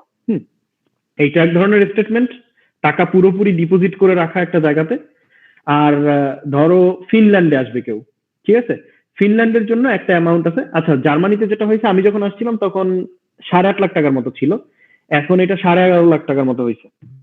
এবং এটা দেখাইতে হয় ভিসা ইন্টারভিউ এর আগে। ঠিক আছে, তো তুমি যদি এখন জার্মানিতে কেউ একজন সেলফ ফিনান্সে আসবে, ধরো সে এখন অ্যাপ্লিকেশন প্রসেস শুরু করছে, 1 বছর আগে সে হচ্ছে ইন্টারভিউ এর ডেট নিছে, দ্যাট মিনস সে 1 বছর পরে গিয়ে ইন্টারভিউ এর ইটা পাবে, কলটা পাবে। তার মানে এই পুরো টাইমটায় তার এই টাকাটা নিয়ে চিন্তা করার কিছু নাই, সে পুরো প্রসেসটা কমপ্লিট করবে। যখন ইন্টারভিউর জন্য তাকে কল করবে, তার 1 সপ্তাহ আগে সেই টাকাটা ডিপোজিট করবে, করে সে হচ্ছে ইন্টারভিউতে চলে যাবে। এটা ইন্টারভিউর জন্য একটা ক্রাইটেরিয়া, একটা রিকোয়ারমেন্ট পেপার, যে তুমি জার্মানিতে আইসা আগামী 1 বছর চুরি টুরি করবা না, তোমার কাছে টাকা আছে নিজের থাকার। ঠিক আছে, এবং এই টাকাটা তুমি ব্যাক পাবা, 1 টাকাও রাইখা দিবে না, পুরো টাকাটা ব্যাক পাবা। হ্যাঁ, কিন্তু মাসে মাসে। এটা এখন 11.5 লাখ টাকার মতো হয়ে গেছে, আরো এটা বাড়বে, কারণ এই ইউক্রেনের যুদ্ধের কারণে এটার আরো বাড়তেছে আর কি, অ্যামাউন্ট খুব তাড়াতাড়ি, অলরেডি শুনতেছি যে খুব তাড়াতাড়ি বাড়বে। আর ধরো অন্যান্য কান্ট্রি, কানাডার ক্ষেত্রে অনেক টাকা দেখাইতে হয়। কানাডা বা ইউকে তে যদি হচ্ছে কেউ সেলফ ফিনান্সে যায়, সেখানে হিউজ অ্যামাউন্টের একটা টাকা দেখাইতে হয়। আর ধরো 10 লাখ টাকা, সেটা দেখাইতে হয় ব্যাংকে, ইনকামিং মানি না, যে তোমার এই ব্যাংকে এত টাকা স্টাবল পড়ে আছে, এরকম একটা ব্যাপার। সেটা তোমার প্যারেন্টস এর বা খুব ক্লোজ ব্লাড রিলেটিভ কারো অ্যাকাউন্টে আছে। হ্যাঁ, আর ধরো ফিনল্যান্ড বা ইউরোপের অন্য কোনো কান্ট্রির কথা যদি বলি, ফিনল্যান্ডের ক্ষেত্রে যেটা হয় যে ফিনল্যান্ডে মনে হয় 7.5 লাখ টাকা ছিল আমি যখন আসছি, তখন 7.5 লাখ টাকা দেখাইতে হইতো। সেটা এককালীন, তুমি ভিসা ইন্টারভিউ এর আগে 7.5 লাখ টাকা দেখাই দিবা। এটা যাদের স্কলারশিপ নাই, আমি আবার বললাম, যাদের স্কলারশিপ নাই তাদের জন্য। যদি তুমি স্কলারশিপের জন্য অ্যাপ্লিকেশন করো এবং এলিজিবল হও, এবং হচ্ছে স্কলারশিপ পাও, তাহলে তোমার কিছুই দেখাইতে হবে না। ঠিক আছে, কোনো কিছু দরকার নেই। আর যদি না হয়, সেক্ষেত্রে 7.5 লাখ টাকা অ্যাকাউন্টে রাখতে হয়, গিয়ে ইন্টারভিউর সময় দেখাইতে হয় যে আমার অ্যাকাউন্টে টাকা আছে। তারপরে ভিসা হয়ে গেলে সবাই যেটা করে, ওই টাকা তুলে, মানে ওই 15 দিনের জন্য বা 1 মাসের জন্য টাকা কারো কাছ থেকে ধার করে অ্যাকাউন্টে রাখে, দেখায়, স্টেটমেন্টটা জাস্ট দেখায়, ওটা আবার মানে যারটা তারা দিয়ে দেয়, বা হচ্ছে যা করার তাই করে। তো এটা একটা প্রসেস। তবে এগুলো দিন দিন কমপ্লিকেটেড হয়ে যাচ্ছে, অ্যামাউন্ট বেড়ে যাচ্ছে। তো এগুলো কান্ট্রি স্পেসিফিক, এবং একটু চেক করে নিতে হবে টাইম টু টাইম অ্যাপ্লিকেশনের সময়। তবে মোস্টলি সব ভিসা ইন্টারভিউ এর আগে দরকার হয়, এর আগে না। আচ্ছা, থ্যাংক ইউ ভাই। এবার আমরা যদি একটু চিন্তা করি যে আমরা পৌঁছে গেলাম আমাদের কাঙ্ক্ষিত উদ্দেশ্যে। এবার আমরা স্কলারশিপে যাইনি, আমরা নিজস্ব ফান্ডিং এ গেলাম কোনো উপায়ে। তো ওখানে যে আমরা লিভিং কস্ট বা টিউশন ফি নিয়ে কোনো সমস্যা সম্মুখীন হতে পারি কিনা, বা এর সমাধান কি? যদি হই কোনো সমস্যার সম্মুখীন, এর সমাধানগুলো কি হতে পারে? ধরো আমি তোমাকে হচ্ছে 2টা জায়গার উদাহরণ দেই। তুমি ইউএসএ তে গেলা সেলফ ফিনান্সে, ঠিক আছে, যে তোমার কোনো স্কলারশিপ নাই। তো সেই ক্ষেত্রে তুমি ওইখানে গিয়ে যেটা করতে পারো, রিসার্চ অ্যাসিস্ট্যান্ট বা টিচিং অ্যাসিস্ট্যান্ট ইউনিভার্সিটিতে জব নিতে পারো, যে কোনো প্রফেসরের সাথে তুমি অ্যাসিস্ট্যান্ট হিসেবে জব করবা। ঠিক আছে, এইটা একটা জিনিস যে হ্যাঁ, এইটা তুমি হচ্ছে করে ক্যাম্পাসে, অন ক্যাম্পাসে তুমি ইনকাম করতে পারো, যেটা দিয়ে টিউশন ফি বা হচ্ছে লিভিং কস্ট কভার করা সম্ভব হয়তো। কিন্তু টু বি অনেস্ট, কেউ যদি বাংলাদেশ থেকে সেলফ ফিনান্সে মিডল, ধরো আমি, হ্যাঁ ভাই আমি খুবই দুঃখিত। আমি একটা কথা বারবার বলতে চেয়েও বলতে পারতেছি না। সেটা হচ্ছে গিয়ে আ যদি আমাদের এটা ডিসকানেক্ট হয়ে যায়, এই কানেকশনটা ডিসকানেক্ট হয়ে যায়, তো সবাইকে অনুরোধ করব যে সেম লিঙ্কে আবার জয়েন করতে। I guess হবে না। ১ ঘন্টা হতে যাচ্ছে প্রায়। এইজন্য ভাইয়া। ঠিক আছে? ও আচ্ছা, আমরা অনেক বেশি সময় নিচ্ছি দ্যাট মিনস। আমাদের ওকে ইচ্ছা ছিল আমরা করব, বাট গল্পের হুম। মধ্যে কি আমরা ভালো লাগছে ভাই। আমরা চাই যে এটা আরো চলুক। আপনার হাতে যদি সময় থাকে আমরা আরো ১ ঘন্টা কথা বলব ইনশাআল্লাহ। আ আচ্ছা, দেখা যাক কত ফাস্ট করা যায়, ঠিক আছে? তো যেটা হয়েছে যে টু বি অনেস্ট, কেউ যদি পার্ট টাইম জব করে বা অন ক্যাম্পাস জব করে তার টিউশন ফি, তারপর লিভিং কস্ট, এগুলো সব কভার করবে চিন্তা করবে করে বাংলাদেশ ছাড়ে, এটা অনেক বেশি ডিফিকাল্ট আইসা, যদি তার ফ্যামিলির খুব ভালো সাপোর্ট না থাকে। আর ফ্যামিলি সাপোর্ট বলতে ধরো বাংলাদেশ থেকে তো আর এই জায়গায় আমার বাসা ভাড়া ধরো 1 লাখ প্লাস, ঠিক আছে, বাংলাদেশি টাকার। এটা তো বাংলাদেশ থেকে আইনা এখানে সার্ভাইভ করা সম্ভব না। তো সেই ক্ষেত্রে যেটা হয়েছে যে জার্মানির ক্ষেত্রে যেটা হয়েছে, টিউশন ফি ফ্রি এইখানে, কোনো ইউনিভার্সিটিতে টাকা দিতে হয় না। দ্যাট মিনস তোমার লিভিং কস্টটা শুধু তোমাকে জব করে তুলতে হবে। সেক্ষেত্রে পার্ট টাইম জব করে সবাই, সেইখানেও একটা স্পেশাল থাকে যে তুমি সপ্তাহে মাত্র 20 ঘন্টা চাকরি করতে পারবে, এর বেশি তুমি অ্যালাউড না, ঠিক আছে? বা একটা ইনকামিং অ্যামাউন্ট আছে, এর বেশি তুমি ইনকাম করতে পারবে না। তো এই অ্যামাউন্টটা যদি তুমি ইনকাম করতে পারো, তুমি লিভিং কস্ট দিয়ে আসলে সার্ভাইভ করতে পারবা। এটা কোনো ব্যাপার না, এটা সবাই করে এখানে আইসা, ঠিক আছে? কিন্তু এটা আমি বলবো টিউশন ফি আছে, বা অনেক হিউজ অ্যামাউন্ট টিউশন ফি। তারপরে আমি কোন স্কলারশিপ ছাড়া আসলাম, এটা আসার আগে দ্বিতীয়বার চিন্তা করা উচিত যে কোনো কারো, কারণ এটা মানে ইনহিউম্যান হয়ে যায় আর কি। আ ভাই আপনি যেহেতু পার্ট টাইম জবের কথা বললেন, তো আমাদের মনে আগ্রহ জাগে যে বিশ্বের যে দেশেই আমরা পড়ালেখা করতে যাই কিনা, আ তো সেখানে কি আমি পার্ট টাইম জব করার সুযোগ পাবো কিনা? বা এমন কোন দেশ আছে কিনা যারা এটা গ্রান্ট করে না যে তুমি পার্ট টাইম জব করতে পারবা এজ এ স্টুডেন্ট? এটা তোমার যদি স্কলারশিপ থাকে, তাহলে বেশিরভাগ সময় যেটা হয় যে স্কলারশিপে পার্ট টাইম জব করার থাকে না। হুম। স্কলারশিপ ধরো ডিএডি স্কলারশিপ নিয়ে আমার ওয়াইফ যে প্রোগ্রামে আসছে, ও 450 ইউরোর বেশি হচ্ছে গিয়ে স্যালারি পায়, এরকম কোথাও জব করতে পারবে না। এটা হচ্ছে মিনিমাম একটা দেয়া ওদেরকে, ঠিক আছে? কিন্তু আমার যারা হচ্ছে ফিনান্সে আসছে, তার হচ্ছে সে এরকম একটা দেয়া আছে, তার যে পারমিট দেয়া থাকবে এখানে, যে আসার পরে সবাই রেসিডেন্ট পারমিট দেওয়া হয়, সেটার সাথে একটা ওয়ার্ক পারমিট দেওয়া হয়। এই ওয়ার্ক পারমিটের মধ্যে উল্লেখ করা থাকবে যে সে কত ঘন্টা জব করতে পারবে, ঠিক আছে? তো জার্মানির ক্ষেত্রে যেটা হয় যে 120 ফুল ডে আর 240 হাফ ডে, এটা হচ্ছে জব করা যায়। তো সেই ক্ষেত্রে দেখা যায়, হিসাব করলে এরকম সপ্তাহে 20 ঘন্টার মতো চাকরি করা যায়। হুম, এরকম। তো কিছু কিছু কান্ট্রি আছে, যেসব কান্ট্রিতে যদি কোনো স্কলারশিপ থাকে, আসলে বেশিরভাগ ক্ষেত্রেই পার্ট টাইম জব করা বাইরে খুব কঠিন, বা পারমিশন থাকে না। হুম। ওকে, থ্যাংক ইউ শুভ ভাই। আমরা আম একদম লাস্টের দিকেই আছি। হয়তো আপনাকে আমরা ২-৩ টা কোয়েশ্চেন করব। আ তো আমি নিজে একজন সাংগঠনিক ব্যক্তিত্ব। আমি ক্যাম্পাসে সংগঠন করছি সে ফার্স্ট ইয়ার থেকেই। তো আমার মনেই একটা আগ্রহ জাগে। এই যে আমাদের ক্যাম্পাসের স্টুডেন্টরা, অধিকাংশ স্টুডেন্টই আমি দেখি সংগঠনের প্রতি অনেক বেশি আগ্রহ থাকে। আমাদের ক্যাম্পাসে আপনি হয়তো জানবেন, এখন হয়তো প্রায় ৩০ টার কাছাকাছি সংগঠন আছে। শ্রদ্ধেয় লিমন স্যার এখানে আছেন। স্যার আপনার পার্টিসিপেশন আমাদেরকে অভিভূত করছে। Thank you. আ তো এই সংগঠন নিয়ে একটু বলি যে, এই যে আমরা সংগঠনগুলো করছি বা কো-কারিকুলার এক্টিভিটিস করছি, এইটা আমাদের অ্যাব্রোড যাওয়ার ক্ষেত্রে, হায়ার স্টাডিজ এর ক্ষেত্রে কতটা ইমপ্যাক্ট ফেলতে পারে? আদৌ এর কোনো জ মানে প্রয়োজনীয়তা আছে কিনা? যদি একটু বলেন ভাই। আমি যদি এই জিনিসটাকে ডিফাইন করতে করতে চাই, আমি বলবো যে এটার 2 ধরনের ইমপ্যাক্ট আছে, একটা প্যাসিভ, একটা হচ্ছে ডিরেক্ট ইমপ্যাক্ট, ঠিক আছে? এবার ডিরেক্ট ইমপ্যাক্ট কি? ধরো আমাকে প্রতি সপ্তাহে দুইটা বা তিনটা মিটিং করতে হয়, মাঝে মাঝে আমাদের ইনস্টিটিউট থেকে বিভিন্ন কনফারেন্স অ্যারেঞ্জ করতে হয়, বা বিভিন্ন ভিজিটিং রিসার্চাররা আসে, বিভিন্ন ইনস্টিটিউট একসাথে আসে, তাদেরকে ডিল করতে হয়, তাদেরকে নিয়ে বিভিন্ন জায়গাতে পরিচয় করাইতে হয়। তো তারপরে যে মিটিং গুলো হয়, সেগুলো হচ্ছে মডারেট করতে হয়, যে আমি হচ্ছে অ্যাঙ্করিং করতেছি, বা সেভাবে ডিল করতে হয়। এখন তুমি যখন এক্সট্রা কারিকুলার অ্যাক্টিভিটিস তোমার সিভিতে দেখাবা, বা হচ্ছে তোমার থাকবে, তখন যেটা হবে যে যে প্রফেসর যে তোমাকে করবে, আলটিমেটলি হায়ার করবে, সে চিন্তা করবে আচ্ছা ঠিক আছে, এই ছেলেটা অলরেডি এক্সপেরিয়েন্স, বা সে এই জিনিসগুলো বুঝে, একটা অর্গানাইজেশন একটা অর্গানোগ্রাম কিভাবে চলে, বা মানে হায়ারার্কি কিভাবে হচ্ছে কাজ করে, এই ম্যানার গুলো সে জানে এবং কিভাবে কথা বলতে হয় সে জানে। এইটা একটা ইমপ্রেশন, ঠিক আছে? এটা ধরো যে পজিটিভলি ট্রিগার করে অ্যাপ্লিকেশনকে।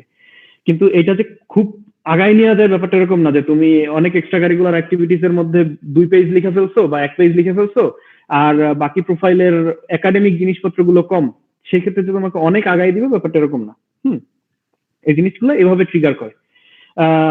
ভলান্টিয়ারি ওয়ার্ক করলে সেটাকে মানে সে তখন চিন্তা করবে যে আচ্ছা ঠিক আছে, এই ছেলেটা তো ফিল করে, ওন করে জিনিসটা। হ্যাঁ, এই জিনিসগুলো দেখে।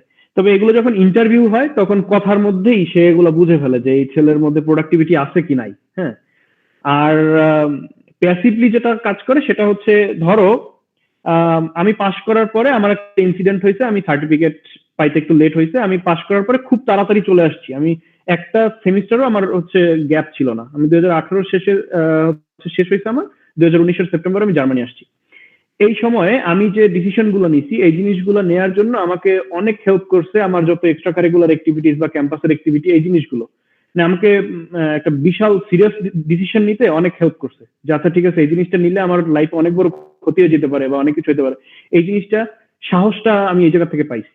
ঠিক আছে, এইটা হচ্ছে প্যাসিভ ট্রিগার যেভাবে করে আর কি এই জিনিসগুলো, প্যাসিভ ওয়েতে। আর তুমি যত বেশি মানুষের সাথে মিশবা তত বেশি জিনিসগুলো বুঝবা কিভাবে হচ্ছে এই করতে হয় বা আরো ব্যাপারগুলো। তো এই জিনিসটা আমার মনে হয় বিভিন্ন সংগঠন টংগঠন করলে বা হচ্ছে এক্সট্রা কারিকুলার অ্যাক্টিভিটিস থাকলে তোমার স্পৃহা বা হচ্ছে কোন একটা ডিসিশন নেওয়ার ক্ষমতা, এই জিনিসগুলো প্যাসিভ ওয়েতে অনেক বেশি ইনক্রিজ করে।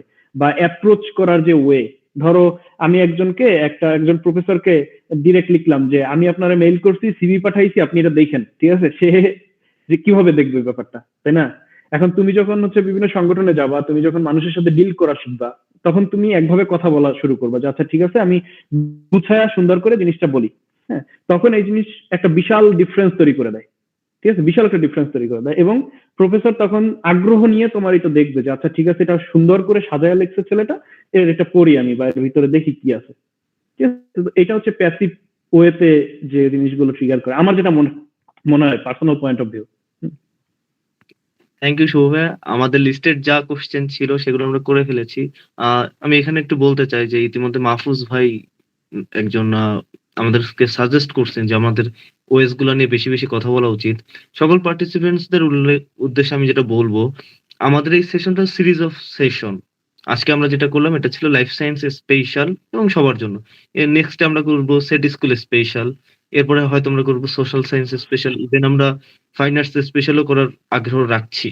এখন পার্টিসিপেন্টসদের উপরে, যদিও আমরা আজকে খুব ফিল্টার করে নিয়েছি, একদমই যারা খুবই লোয়েস্ট সিজিপি নিয়ে আমাদের ক্যাম্পাসে আছেন, আমরা শুধুমাত্র তাদেরকেই লিঙ্কটা প্রোভাইড করেছি।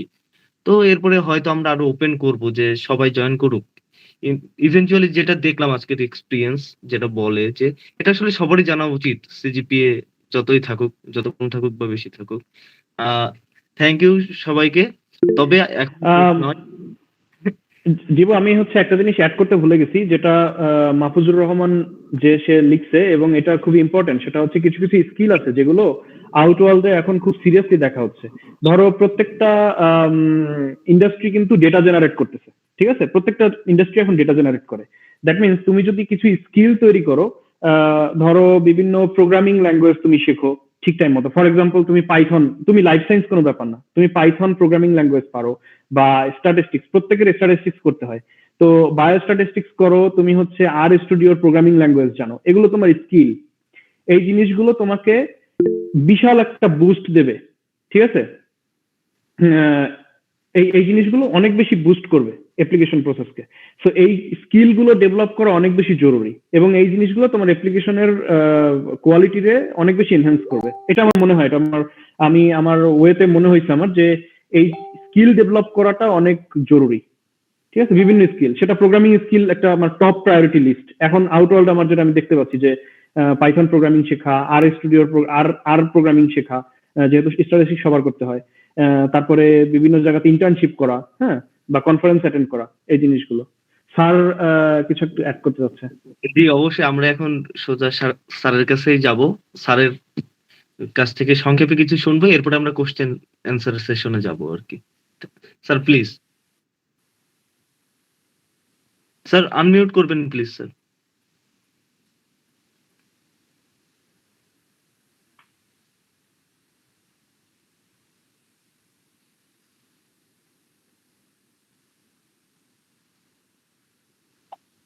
স্যার আপনি আনমিউট আছেন যেটা মনে হচ্ছে, তবে আপনার কথা আমরা শুনতে পাচ্ছি না।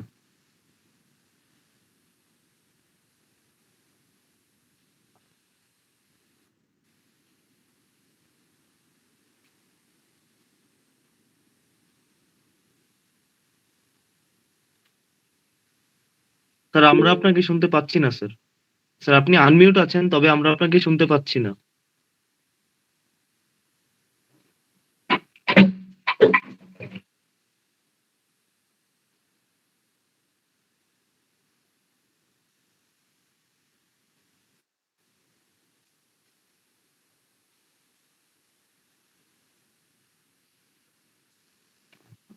স্যার আপনি কাইন্ডলি ডিসকানেক্ট করে আবার জয়েন করবেন প্লিজ। এটুকু সময় আমরা আরেকজনের কাছে চলে যাই। ফার্স্টে হাত তুলছিলেন কে? সাগর আলী ভাই হচ্ছে গিয়ে সবার আগে হাত তুলছেন। তো ভাইয়া আপনার কোশ্চেনটা করবেন প্লিজ। শুভ ভাইয়া কোশ্চেন করবে আপনাকে। মোহাম্মদ সাগর আলী ভাই।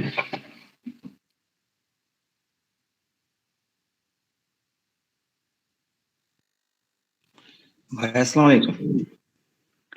ওয়ালাইকুম আসসালাম। ভাই এখন বিষয় হলো যাদের 3.5 এর নিচে সিজিপি, এখন ওই গভর্নমেন্ট স্কলারশিপ পাওয়া কি সম্ভব কিনা, মানে এই বিষয়টা নিয়ে জানার জন্য। সেলফ ফান্ড নেই যাদের, এখন সিজিপি একটু কম, এখন এটা কি সম্ভব কিনা ইউরোপ কান্ট্রি বা অন্য কোনো কান্ট্রিতে? আচ্ছা, এই জিনিসটা নিয়ে ডিটেইলে কথা বলার সুযোগ হয় না। সেটা হচ্ছে যে আম, এই জিনিসগুলো ডিপেন্ডস। তুমি যদি টার্গেট করো যে আমি প্রাইম মিনিস্টার স্কলারশিপ ধরবো, সেটা তো সম্ভব না, কারণ টপ 100টা হচ্ছে ইউনিভার্সিটির মধ্যে যে কোনো ইউনিভার্সিটিতে হচ্ছে তোমাকে এনরোলমেন্ট দেখাইতে হবে। এবং সেই টপ ওই ইউনিভার্সিটি গুলোতে যাইতে হইলে যে ক্রাইটেরিয়া দরকার বা তাদের যে সিজিপিএ রিকোয়ারমেন্ট থাকে সেটা তো ফুলফিল হবে না আসলে আলটিমেটলি। ঠিক আছে, বা কোনো কোনো ইউনিভার্সিটিতে হইতে পারে কিন্তু সব ইউনিভার্সিটিতে হবে না। তো সেই ক্ষেত্রে এই স্কলারশিপ তোমাকে ডিসকার্ড করতে হবে, যেটা বাদ দিতে হবে লিস্ট থেকে। তো এইভাবে করে খুঁজে বের করতে হবে যে কোন স্কলারশিপটাতে সিজিপিএ রিকোয়ারমেন্ট নাই বা CGPA requirement com. For example, জার্মানিতে বেশিরভাগ ইউনিভার্সিটিতে অ্যাপ্লিকেশন করতে মিনিমাম সিজিপিএ লাগে 2.5। এটা হচ্ছে জার্মান স্কেল। এটাকে কনভার্ট করলে বাংলাদেশের সিজিপিএ বা আমাদের ইউনিভার্সিটি সিজিপিএ 3.00 হয় বা 3.10 বা 20 এরকম হয় আর কি। হ্যাঁ, প্রত্যেকটা ডিসিপ্লিনেই। তো সেই ক্ষেত্রে যেটা হয় যে এরকম একটা রেজাল্ট থাকলে বা 3 পয়েন্টের কাছাকাছি থাকলে এই অ্যাপ্লিকেশন গুলো করা যায়। এখন এটা হচ্ছে অ্যাভারেজ। বেশিরভাগ ইউনিভার্সিটি 2.5 জার্মানিতে চায়, এটা জার্মান স্কেল। কোন কোন ইউনিভার্সিটিতে কোনো সিজিপিএ রিকোয়ারমেন্ট থাকে না। সেই ইউনিভার্সিটির যদি কোনো স্কলারশিপ প্রোগ্রামে বা গভর্নমেন্ট স্কলারশিপ থাকে, তুমি সেখানে অ্যাপ্লাই করতে চাও, দ্যাট মিনস সেখানে তোমার লাগতেছে না। ঠিক আছে। কিন্তু তুমি যদি হচ্ছে এমন কোন জায়গাতে অ্যাপ্লিকেশন করতে চাও যেখানে হচ্ছে গিয়ে এর থেকে বেশি দরকার হয়, 1.7 বা আরো বেশি দরকার হয়, সেখানে তো তুমি এলিজেবল না। ঠিক আছে। তো এভাবে করে ডিসকার্ড করতে হবে যে কোনটা করা সম্ভব, কোনটা করা সম্ভব না। রিকোয়ারমেন্ট লিস্টের মধ্যে এগুলো সুন্দর করে লেখা থাকে। যদি সিজিপিএ তাদের ক্রাইটেরিয়া থাকে সেখানে উল্লেখ করা থাকবে। তোমার যদি প্রোফাইল সিজিপিএ বাদে বাকি সবকিছু তুমি বুস্ট করতে পারো, সেগুলো দেখতে ভালো হয় বা ডকুমেন্ট হচ্ছে প্রোডাক্টিভ হয়, সেক্ষেত্রে সিজিপিএ ওইখানে হয়তো ম্যাটার নাও করতে পারে। আর অ্যাপ্লিকেশন করতে তো কোনো সমস্যা নেই, অ্যাপ্লিকেশন করাই যায়। আচ্ছা ভাই, এটা হচ্ছে আরেকটা আমার বিষয় কথা। হলো, ভাই আরেকটা বিষয় হলো ইউরোপ বাদে আপনার এই কোরিয়া, চায়না, জাপান এই সাইটের গুলো কেমন, মানে এই সাইটের গুলো আমি জানতে চাচ্ছিলাম, মানে এই এদের লেখাপড়ার মান বা সবকিছু মিলে এই সম্পর্কে জানা নেই আমার। আচ্ছা, কেউ যদি মনে করে যে আমি সাউথ কোরিয়া বা হচ্ছে চায়নাকে একটা সিঁড়ি হিসাবে নিব, এখানে আগে যাব, এখান থেকে ভালো করবো, বা সেখানে অনেক ভালো করা সম্ভব, ওইখানেও ভালো করা সম্ভব, সেইখান থেকে আমি হচ্ছে গিয়ে পরবর্তীতে অন্য কোনো কান্ট্রিতে মুভ করবো, ধরো ইউএসএ তে মুভ করবো বা ইউরোপের কোনো কান্ট্রিতে মুভ করবো, এটা অনেক প্রোডাক্টিভ একটা ডিসিশন এবং খুব ভালো ডিসিশন। আমি যখন আসছি তখন আমার চায়না একটা স্কলারশিপের ছিল, অফার ছিল, সাউথ কোরিয়ার অফার ছিল। কিন্তু টু বি অনেস্ট আমার কাছে মনে হয়েছে যে ইউরোপে যাব, প্রচুর ঘুরবো। হ্যাঁ, তো এই কারণে আমি ওই দুইটা বাদ দিয়ে এখানে ডিরেক্ট চলে আসছি, যেহেতু এখানে ডিরেক্ট আসার সুযোগ ছিল আমার জন্য। তো যে কারণ হচ্ছে চায়না বা সাউথ কোরিয়াতে মাস্টার্স হয়, masters by research. That means তুমি রিসার্চ করবা, তুমি একটা ল্যাবে এঙ্গেজ হবা, ল্যাবে 4টা-5টা পেপার পাবলিকেশন হলে তুমি যদি সবগুলোতে কাজ করো তুমি কো অথরশিপ পাবা। তুমি চিন্তা করো, তুমি মাস্টার্স করতে করতে তোমার 2টা ভালো পাবলিকেশন হইলে তোমার প্রোফাইল কিন্তু অনেক উপরে উঠে যাবে। দ্যাট মিনস তুমি যদি এটাকে একটা সিঁড়ি হিসাবে নিতে চাও, পরবর্তী ইয়াতে যাওয়া তোমার জন্য অনেক বেশি ইজি হয়ে যাবে কম্পারেটিভলি তুমি বাংলাদেশে মাস্টার্স করা বা অন্য কোনো অপশন খোঁজার থেকে। আমার এটা পার্সোনাল ওপিনিয়ন, কিন্তু একটা ব্যাড এক্সপেরিয়েন্স আছে। আমি রিসেন্টলি আমার কিছু সিনিয়রের কাছ থেকে শুনতেছি যে কোরিয়াতে মাস্টার্স করার পরে প্রফেসররা হচ্ছে প্রচুর খাটায় এবং পরবর্তীতে রিকমেন্ডেশন লেটার দিতে চায় না ঠিকভাবে। হ্যাঁ, তো ওই তাদের প্রোফাইল, তাদের এক্সপেরিয়েন্স বা তাদের ল্যাবে যদি অন্য কেউ থাকে তাদের সাথে কথা বলে, মানে স্কলারশিপ পাইলেই দৌড় দিতে হবে ব্যাপারটা এরকম না, আগে একটু চিন্তা ভাবনা করে খুঁজে টুজে তারপরে দেখা যাওয়া উচিত আমার মনে হয়। আচ্ছা ভাই, থ্যাংক ইউ, এটাই জানার ছিল। থ্যাংক ইউ সাগর ভাই আপনাকে কোশ্চেন করার জন্য। আমাদের শ্রদ্ধেয় লিমন স্যার আবার জয়েন করছেন। স্যার কাইন্ডলি এবার আপনি আমাদের উদ্দেশ্যে কিছু অ্যাড করবেন এবং শোনা যাচ্ছে আমাকে? হ্যাঁ স্যার, এখন শোনা যাচ্ছে স্যার। আচ্ছা, আমি যেটা অ্যাড করতে চাচ্ছিলাম সেটা হচ্ছে যে শুভ রেকমেন্ডেশন লেটারের যে সিলেকশনের ক্ষেত্রে যে ক্রাইটেরিয়া গুলো বলেছে এটা চমৎকার। এর সাথে আরেকটা জিনিস আমি একটু জাস্ট অ্যাড করতে চাই, সেটা হচ্ছে আমাদের অনেক ছেলে মেয়েদেরই একটা প্রবণতা থাকে যে কিছু কিছু স্যারের কাছ থেকেই সবসময় রেকমেন্ডেশন লেটার নেওয়া। কিন্তু একটা জিনিস খুব খেয়াল রাখতে হবে যে একই ব্যক্তি একই প্রোগ্রামে যদি একাধিক রেকমেন্ডেশন লেটার দেয় তাহলে তাকে কিন্তু র্যাঙ্কিং করতে হয় স্টুডেন্টদেরকে, যদি তিনি দেন। তো এটা একটু অ্যাভয়েড করা উচিত যদি অল্টারনেটিভ থাকে। অল্টারনেটিভ না থাকলে কিন্তু ওই শিক্ষক ডেফিনেটলি রেকমেন্ডেশন লেটার যখন দিবেন তখন কিন্তু র্যাঙ্কিং করে দেন। সো আলটিমেটলি ওটা অনেক সময় একজনের ক্ষেত্রে ভালো পয়েন্ট হলেও দেখা যায় অন্যদের ক্ষেত্রে ডেমেরিটস পয়েন্টস হিসেবে সেটা যোগ হয়। আরেকটা বিষয় আমি বলতে চাই যে যাদের বিশেষ করে পার্টিকুলারলি লো সিজিপিএ নিয়ে যেহেতু আজকে কথা হচ্ছে, আমাদের ক্যাম্পাসের সংগঠনগুলো নিয়ে আমি বারবার একটা কথা বলার চেষ্টা করি যে তোমাদের অধিকাংশ অনুষ্ঠানগুলোর দায়িত্ব হস্তান্তর, খাওয়া দাওয়া, বারবিকিউ পার্টি এর মধ্যেই সীমাবদ্ধ থাকে। So just try differently. যেমন আমি তোমাদের প্রায় বলেছি যে তোমরা এসডিজিটাকে দেখো, এসডিজি দেখে যেখানে একটা গোলটাকে সিলেক্ট করে সেই অনুযায়ী তোমাদের অ্যাক্টিভিটিস সাজাও। সো এটা যখন তুমি কোন একটা জায়গায় লিখবে তোমার এই জিনিসগুলো থেকে কিন্তু কোর্স অফ অ্যাকশনস গুলা কিন্তু তুমি যখন কাজ করছো তোমার ওই রিলেটেড জিনিসপত্রগুলো যোগ হবে। আরো একটা জিনিস গুরুত্বপূর্ণ, ক্যাম্পাসে কিন্তু শুধু সংগঠন স্টুডেন্ট সংগঠনই নয়, আমি বলবো যে বিশেষ করে জিবু যে কথাটা বলছিল যে ভাষার ক্ষেত্রে আমাদের একটা মডেল ল্যাঙ্গুয়েজ সেন্টার আছে, তাই না? আর সিভিটা আসলে এনরিচ করে কোন কোন জায়গাতে আমরা যদি খেয়াল করি যে আমরা যে সময়টা এখানে ব্যয় করছি বিভিন্ন সংগঠন বলি না কেন, তার পাশাপাশি যদি আমরা ল্যাঙ্গুয়েজ একটা করে শিখেও রাখি, এটা কিন্তু আসলে রিচ করে সিভিটাকে যেভাবেই হোক না কেন। কারণ আসলে আমরা যেখানেই লিখি না কেন সেখানে যাওয়ার পরে সেই দেশের তাদের মাতৃভাষা যদি আমরা একটু হলেও আগে থেকে জানি, যেটা শুভ বললো যে সে আগে থেকে একটা কনফিডেন্স পায় যে সে তার সাথে কথা বলতে পারবে। হ্যাঁ, সবসময় ইন্টারন্যাশনাল ল্যাঙ্গুয়েজে কথা বলা লাগবে না।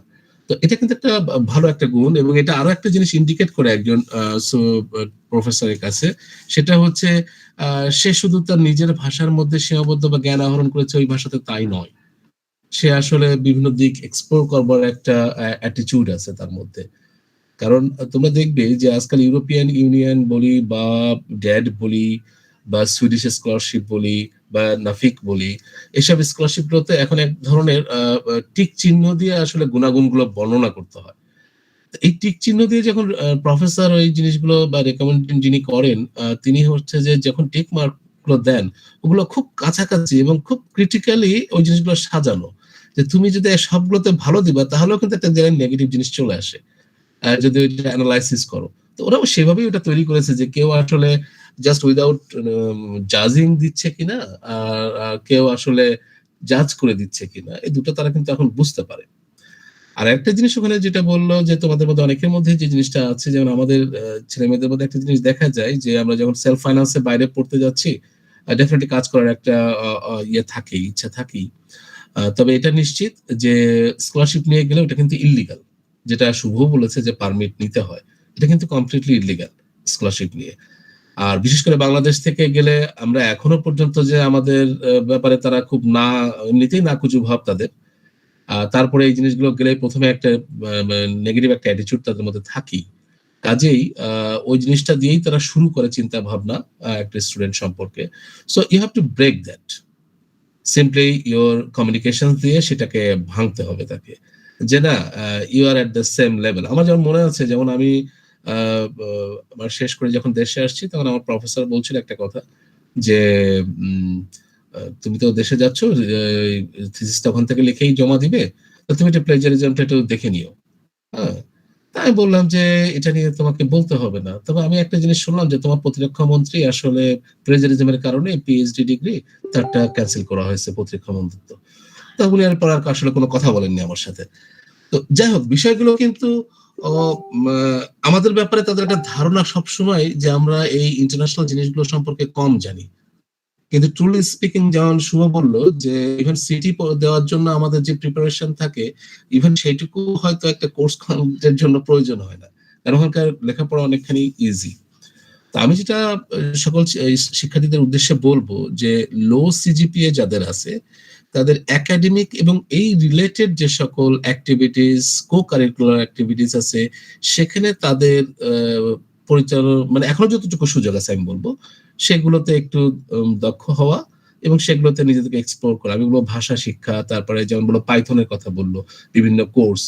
আমরা মাঝখানে একটা প্রোগ্রাম লঞ্চ করেছিলাম যে স্টুডেন্টস উইল টিচ স্টুডেন্টস, একটা পাঠশালা নামে প্রোগ্রাম। আমি আনফরচুনেটলি বলবো যে শুরু করবার পরেও কোনো শিক্ষার্থীদের খুব বেশি আগ্রহ দেখিনি, মাত্র 3-4 জন রেজিস্ট্রেশন করবার পরেও দেখা গেছে যে ওই ক্লাসটা হয়নি। তো আমরা আসলে খুব প্রোডাক্টিভ বা এই ধরনের জিনিসগুলোতে কিন্তু আমরা আগ্রহ কম পাই এবং পাশ করবার পরে আমরা হতাশায় ভুগি, কিন্তু যে সময় এই জিনিসটা করা দরকার ক্যারিয়ার প্ল্যানিং সেটা কিন্তু আমরা করি না। একটা জিনিস আমি আজকে শিখেছি বলবো শুভর কথা থেকে, যেটা আমিও যদি আন্ডারগ্রেডে বা এক সময় থাকতাম আমি এটা ফলো করতাম, যে আজকে আমি আমার সিভি লিখবো এবং আমি টার্ম শেষে আসলে দেখবো যে আমি কতটুকু আর্ন করেছি 6 মাস পর পর। It will be really a good approach I think for all, যে এটা কি বলা যায় মানে স্ট্যান্ডার্ড প্রথমেই যাই হোক না কেন আমি ইমপ্রুভ করছি কিনা এই জিনিসটা বোঝার জন্য। আমি অন্তত আমাদের শিক্ষার্থীদেরকে বলবো আর কিছু মানো না মানো, শুভর এই একটা জিনিস যদি তোমরা ফলো করো আমার বিশ্বাস তোমরা পথচ্যুত হবে না এবং লক্ষ্য ভ্রষ্ট হবে না। আমি আর কথা বলবো না, অনেক সময় নিয়ে নিলাম, সবাইকে ধন্যবাদ, শুভরাত্রি।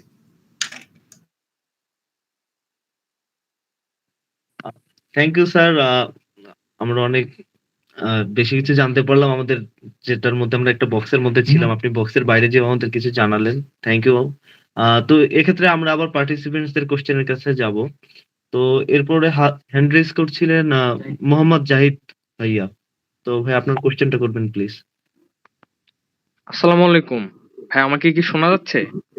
High, yes you are audible. Shubho ভাই। আচ্ছা, ভাইয়ের কাছে আমার প্রশ্ন যে আমি যদি মাস্টার্স করার জন্য ইউরোপিয়ান যে কোনো কান্ট্রিতে যেতে চাই, তাহলে স্কলারশিপ পাওয়ার ক্ষেত্রে এক্সট্রা কারিকুলার অ্যাক্টিভিটিস কি কোনো ইফেক্ট ফেলে, বা কতটা এটা গুরুত্বপূর্ণ এক্সট্রা কারিকুলার অ্যাক্টিভিটিস থাকা? জি, ধন্যবাদ। আচ্ছা, আমার মনে হয় আমি একটু আগে এটা নিয়ে তুমি করে বলতেছি, সরি, হচ্ছে এটা দেখছো হয়তো যে বা শুনছো হয়তো যে বলতেছিলাম যে দুইটা ওয়েতে জিনিসটা হচ্ছে বুস্ট করে, একটা হচ্ছে যে প্যাসিভ ওয়েতে, একটা অ্যাক্টিভ ওয়েতে। তো এই দুইটা যে জিনিস আমি এক্সপ্লেন করছি এটা সব জায়গাতেই সেম, সেটা তুমি ইউরোপে অ্যাপ্লাই করো বা ইউরোপের বাইরে অ্যাপ্লাই করো, ঠিক আছে? কিন্তু ধরো 10 জন অ্যাপ্লিকেশন করছে, তার মধ্যে 5 জনকে তারা প্রি সিলেকশন করছে। এর মধ্যে 5 জনের ভিতরে 2 জনের প্রোফাইল তারা টপ লিস্টে রাখছে যে এই 2 জন আসতে পারে, এই 2 জনকে নেওয়া যাবে, এই 2 জনকে, এই বাকি 3 জনকে এরা যদি কোনোভাবে ড্রপ করে বা কোনোভাবে এদের সাথে আমার না হয় তাহলে আমি এই 3 জনকে ডাকবো। ওই 2 জনের মধ্যে তুমি একজন এবং তোমার সাথে আরেকজন আছে, তোমাদের প্রোফাইল একদম সেম টু সেম, ঠিক আছে?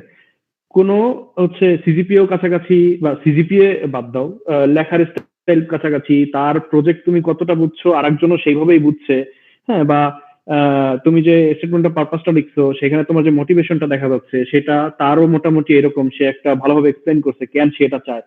এখন তোমাকে নেয়ার জন্য ওই রিক্রুটারের একটা জিনিস লাগবে যে সে যেটার উপরে বেস করে তোমাকে নিবে, যে আচ্ছা ঠিক আছে এই ছেলেটার এই জিনিসটা বেশি আছে, এই জিনিসটা আমার ভালো লাগছে, বা এই জিনিসটা প্রোডাক্টিভ, ঠিক আছে? তো তখন তুমি এইখানে আগায় যাবা, ঠিক আছে? যে আচ্ছা ঠিক আছে এক্সট্রা কারিকুলার অ্যাক্টিভিটিস গুলো করছে, তাকে আমি রিক্রুট করতে পারি কারণ সে কথা বলতে পারবে বা হচ্ছে অর্গানাইজেশন বুঝে, অর্গানোগ্রাম বুঝে, ঠিক আছে? এই একটা জিনিস।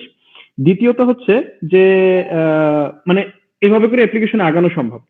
দ্বিতীয়ত আচ্ছা, এর আগে যে আমি যেগুলো বলতেছিলাম প্যাসিভ ওয়ে অ্যাক্টিভ ওয়ে সেগুলো তো আছেই। আর আচ্ছা, আরেকটা আচ্ছা, কিছু কিছু স্কলারশিপ আছে খুব টপ ইউনিভার্সিটি, পৃথিবীর বেশিরভাগ টপ ইউনিভার্সিটি গুলাই প্রাইভেট।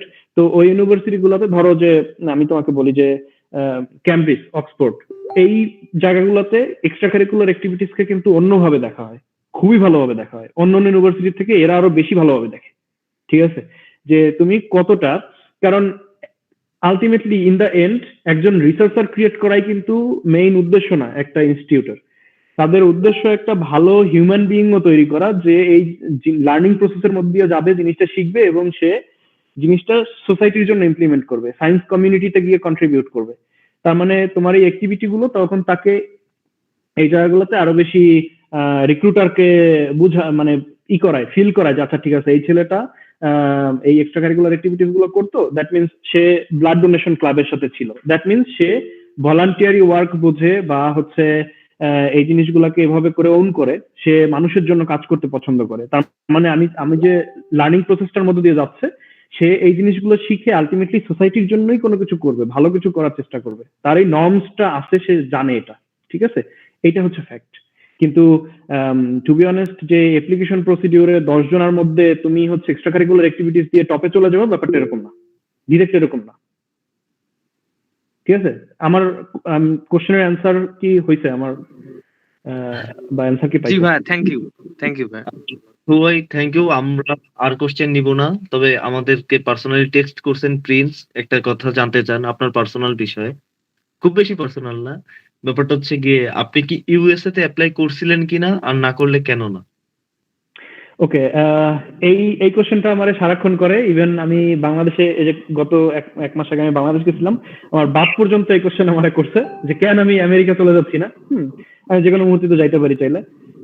কিন্তু ইউএসএ তে দেখবা যে গত কতদিন হইলো, 4 তারিখ, তাই না, ফেব্রুয়ারি। তো তার মানে 1 মাস 4 সপ্তাহে ম্যাচ শুটিং এ কি পরিমাণ মানুষ মারা গেছে ইউএসএ তে। ঠিক আছে, মানে ওদের গান লটা এত খারাপ। তো আমার কাছে এইটা একটা কারণ, যে কারণে আমি ইউএসএ যাওয়াকে প্রিফার করি না। মানে আমার কাছে মনে হয়েছে পার্সোনালি আমি ইউএসএ যাইতে চাই না এই কারণে। সেকেন্ডলি, আমি ঘোরাঘুরি করতে খুব পছন্দ করি। স্যার তো মনে হয় চলে গেলেন। স্যার জানেন যে আমি হচ্ছে ফ্রান্স আর হচ্ছে সুইজারল্যান্ডের বর্ডার সিটিতে থাকি। মানে আমার যদি মনে হয় যে বিকালবেলা ভালো লাগতেছে না, হাইটা হাইটা সুইজারল্যান্ড গেলাম, ব্যাপারটা এরকম যে আমি চাইলেই যাইতে পারি। বুঝতে পারছো? তো তো মানে বাংলাদেশে যে কয় টাকা দিয়ে তুমি কক্সবাজার যাইতে পারো, সেই কয় টাকা খরচ করলে তুমি সুইজারল্যান্ডের ভালো একটা জায়গাতে বিকাল কাটায় আসতে পারো, ব্যাপারটা এরকম। তো এই কারণে আমার ইউরোপে আসার ইচ্ছা ছিল। তবে আমি জানি না, কারণ আমি কোনো কিছু প্ল্যান করে করি না, লং টাইম প্ল্যান করে করি না। তো সেক্ষেত্রে যেটা হয়েছে যে আমি জানি না, আগামীকালকে হয়তো ইউএসএও চলে যেতে পারি। Nobody knows. ঠিক আছে, তবে এগুলো হচ্ছে আমার রিজন যে আমি কেন এটা চিন্তা করছি। আর আসার পরে যেটা আমি বুঝলাম, এখানে হচ্ছে এডুকেশন সিস্টেম, তারপরে হেলথ ইন্স্যুরেন্স একটা জিনিস আছে আমাদের এখানে, যেটা ইউএসএ তে অনেক টাকা দিয়ে করতে হয়, আর এখানে বাধ্যতামূলক, সবাইকেই করতে হয়। ঠিক আছে, তো তুমি ধরো তোমার হঠাৎ করে স্ট্রোক হয়েছে, ঠিক আছে, রিসেন্টলি একটা এক্সপিরিয়েন্স হয়েছে আমাদের একজন পরিচিতর সাথে। তো স্ট্রোক হয়েছে, তোমার পিছনে তোমার চিকিৎসার জন্য 4 কোটি 5 কোটি টাকা দরকার, বাংলাদেশি টাকা। ঠিক আছে, তোমার এই জায়গাতে একবার চিন্তা করার দরকার নাই যে তোমার এই টাকাগুলো কোত্থেকে আসবে। ঠিক আছে, কারণ তুমি প্রতি মাসে মাসে একটা অ্যামাউন্ট দাও, তুমি সিকিউরড, ইনসিকিউরিটির মধ্যে নাই। তুমি হচ্ছে ইন্স্যুরেন্স করার কারণে তুমি সিকিউর জিনিসটা, যে ওকে ঠিক আছে, আমার চিকিৎসা দরকার, আমার চিকিৎসা আমার যে কোম্পানির সাথে আমি ইন্স্যুরেন্স করছি সে দিবে, আমার কোনো খরচ নাই। ঠিক আছে, তার মানে তুমি এখানে ফ্রিলি বাংলাদেশের মানুষের মধ্যে কিন্তু যত টাকা ইনকাম করুক, একটা ভয় কিন্তু সবসময় থাকে যে কালকে অসুস্থ হইলে আমার সব টাকা মোটামুটি নাই, এরপরে মানুষের কাছ থেকে টাকা নিতে হবে। ঠিক আছে, তো এই জিনিসগুলো ইউএসএ তে নাই। বাংলাদেশ আর ইউএসএ কাইন্ড অফ সেম। তোমার ইন্স্যুরেন্স তুমি অনেক টাকা দিয়ে নিজেরটা নিজে করতে পারবা। এই সেম কাহিনী কিন্তু কোভিড এর টেস্টের জন্য হয়েছে। ইউএসএ তে কেন হচ্ছে খুব খারাপ অবস্থা হয়ে গেছিল, কারণ হচ্ছে যে তাদের টেস্ট কি গভর্নমেন্ট করবে, টেস্ট গুলো গভর্নমেন্ট করবে, মানুষ নিজেদের টাকা দিয়ে করবে, নাকি ইন্স্যুরেন্স কোম্পানি করবে, নাকি ফ্রিতে করবে, নাকি টাকা নিয়ে করবে, এটাই তারা সলিউশন করতে পারতেছিল না। ঠিক আছে, তো এই রিজন গুলোর কারণে হচ্ছে মেইনলি আমি ইউরোপে দীর্ঘদিন যাবত থাকার প্ল্যান করতেছি, অ্যাটলিস্ট পিএইচডি পর্যন্ত আসি, তারপর ডিসিশন নিব কি করব। জানি না আসলে। এটা হচ্ছে আমার রিজনিং।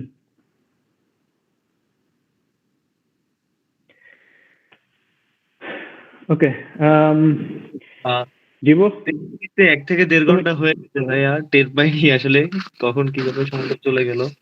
অনেক কিছু জানছি। আমার মনে হয় যে যারা পার্টিসিপেন্টস ছিল সবাই সবার কাঙ্ক্ষিত উত্তর পেয়েছে বা আমাদের অনেক হেল্প হয়েছে। ভাই আপনাকে যে আচ্ছা তুমি তুমি ফিনিশ করার আগে আমি হচ্ছে জাস্ট একটা মানে এরপরে আমি আর কিছু বলবো না, ঠিক আছে? জাস্ট দুইটা জিনিস বলবো। আমি লাস্ট কিছুদিন যাবত একটা জিনিস প্র্যাকটিস করতেছি, সেটা হচ্ছে প্র্যাকটিস করার চেষ্টা করতেছি। আমার মনে হয় এটা খুবই প্রোডাক্টিভ এবং এটা হচ্ছে মানুষের করা উচিত, মানে একটু জ্ঞান আর কি। সেটা হচ্ছে যে ডোন্ট এক্সপেক্ট, ডোন্ট এক্সপ্লেইন। ঠিক আছে, তুমি যদি কোনো কিছু না করতে চাও বা কোনো কিছু করতে চাও, সেটার পিছনে অনেক মানুষকে অনেক এক্সপ্লেন করা যে আমি এটা কেন করব, এটা কেন করব না, বা এটা কি, এক্সপ্লেনেশন দিতে গিয়ে তুমি যতটা সময় নষ্ট করবা বা যতটা তুমি হচ্ছে ডিমোটিভেটেড হয়ে যাবে একটা কিছু করার জন্য, এই স্পৃহা নিয়ে যদি তুমি কোনো কিছু করো, সেটা যদি মানে সমাজের চোখে এরকম মনে হয় যে এটা হবে না বা পারবো না বা আমার দ্বারা সম্ভব না, সেটাও জয় করা সম্ভব। ঠিক আছে, তো আর মানুষের কাছে এক্সপেক্ট করা, মানে খুব বেশি এক্সপেক্ট করা, এই জিনিসটা ছেড়ে দিতে হবে। তো এই জিনিসটা আমি লাস্ট কিছুদিন যাবত প্র্যাকটিস করতেছি সবকিছুর জায়গাতে, সেটা হচ্ছে ডোন্ট এক্সপেক্ট, ডোন্ট এক্সপ্লেইন। ঠিক আছে, এই জিনিসটা খুবই দরকারি জিনিস। আর ক্যাম্পাস লাইফে আমি আমার সিজিপিএ খারাপ হয়েছে কিভাবে, আমি লাস্ট অনেক চেষ্টা করছি কিন্তু পারিনি। সেটার বড় রিজন ছিল হচ্ছে যে আমি কোনো কিছুতে না করতে পারতাম না। ঠিক আছে, তো তোমাকে না করা শিখতে হবে, এটা হচ্ছে লাইফের সবচেয়ে বড় লেসন। আমি গত 2 দিন যাবত একটা ওয়ার্কশপ করতেছিলাম, সেটা হচ্ছে হাউ টু সে নো। অনেক টাকা খরচ করে আমাদের ইনস্টিটিউটের সবাইকে শেখানো হচ্ছে গত 2 দিন, সারাদিন যাবত। আমি তোমার বলতেছিলাম মনে হয়, আমি একটা কোর্সের মধ্যে ছবিগুলো পাঠাইছিলাম। তো আমরা হচ্ছে ওয়ার্কশপ করতেছিলাম, আমাদের শেখানো হয়েছে কিভাবে তুমি একটা মানুষকে খুব সুন্দর করে না বলতে পারো। ঠিক আছে, যে আমি এই কাজটা করতে চাই না, আমার অনেক সময় নাই, বা আমি এই জায়গায় যাব না, আমি এটা করব না, বা আমি এই জায়গাতে টাইমটা নষ্ট করব না। এই না করা এবং তোমার প্রায়োরিটি লিস্ট ঠিক করা যে আমি এইটা করব, এটা আমার টপ প্রায়োরিটি। ঠিক আছে, আমি এইটা করতে আসছি, এটা আমার ডে প্ল্যান, এই জায়গার মধ্যে এটা আমার টপ প্রায়োরিটি, এইটা আগে করব, তারপর এইটা করব, এইটা করব। তো এইভাবে করে যদি তুমি ডে প্ল্যান করতে পারো, মান্থ প্ল্যান করতে পারো, উইকলি প্ল্যান বা ইয়ারলি প্ল্যান করতে পারো, প্রায়োরিটি লিস্ট ঠিক করতে পারো, এবং হচ্ছে গিয়ে না বলা শিখতে পারো, সিজিপিএ কোনো ম্যাটার না, যে কোনো জায়গা থেকে সাকসেস করা সম্ভব। ঠিক আছে, আমার কাছে এটা মনে হয়। তো ভাই অসংখ্য ধন্যবাদ। আর মানে এত বেশি উপকৃত হয়েছি, আর এত সুন্দর একটা সেশন গিয়েছে। আর পার্টিসিপেন্টসরা অনেক ধৈর্য সহকারে ছিলেন এবং শৃঙ্খল ছিলেন। সকলকে থ্যাঙ্কস। আর সবাই আপনার সাথে ইনফরমালি কথা হবে, ওয়েবিনারে আর কথা বলছি না। তাহলে আমরা হয়তো শেষ করতে পারি। আমার খুব ভালো লাগছে, আমার খুবই ভালো লাগছে। বকতে তো এমনি ভালো লাগে সবসময়, তারপরে হচ্ছে গিয়ে স্যারও ছিলেন, আমি জানতাম না যে স্যার হচ্ছে গিয়ে আমার এই ইনস্টিটিউট থেকে হচ্ছে করছে উনি। তো এটা জানি না, স্যারের সাথে আরো কথা বলতে হবে এটা নিয়ে, তাহলে অনেক কিছু জানা যাবে আর কি। 10 মিনিট ফ্রি আছেন? আমি 10 মিনিট ফ্রি আছি কিনা তাই? হ্যাঁ আছি, কোনো সমস্যা নেই। আমি ল্যাবে আসলে আমি কাজ করবো এখন, আজকে আমার উইকেন্ড, কিন্তু কাজ করবো, একটু ল্যাবে আসছি।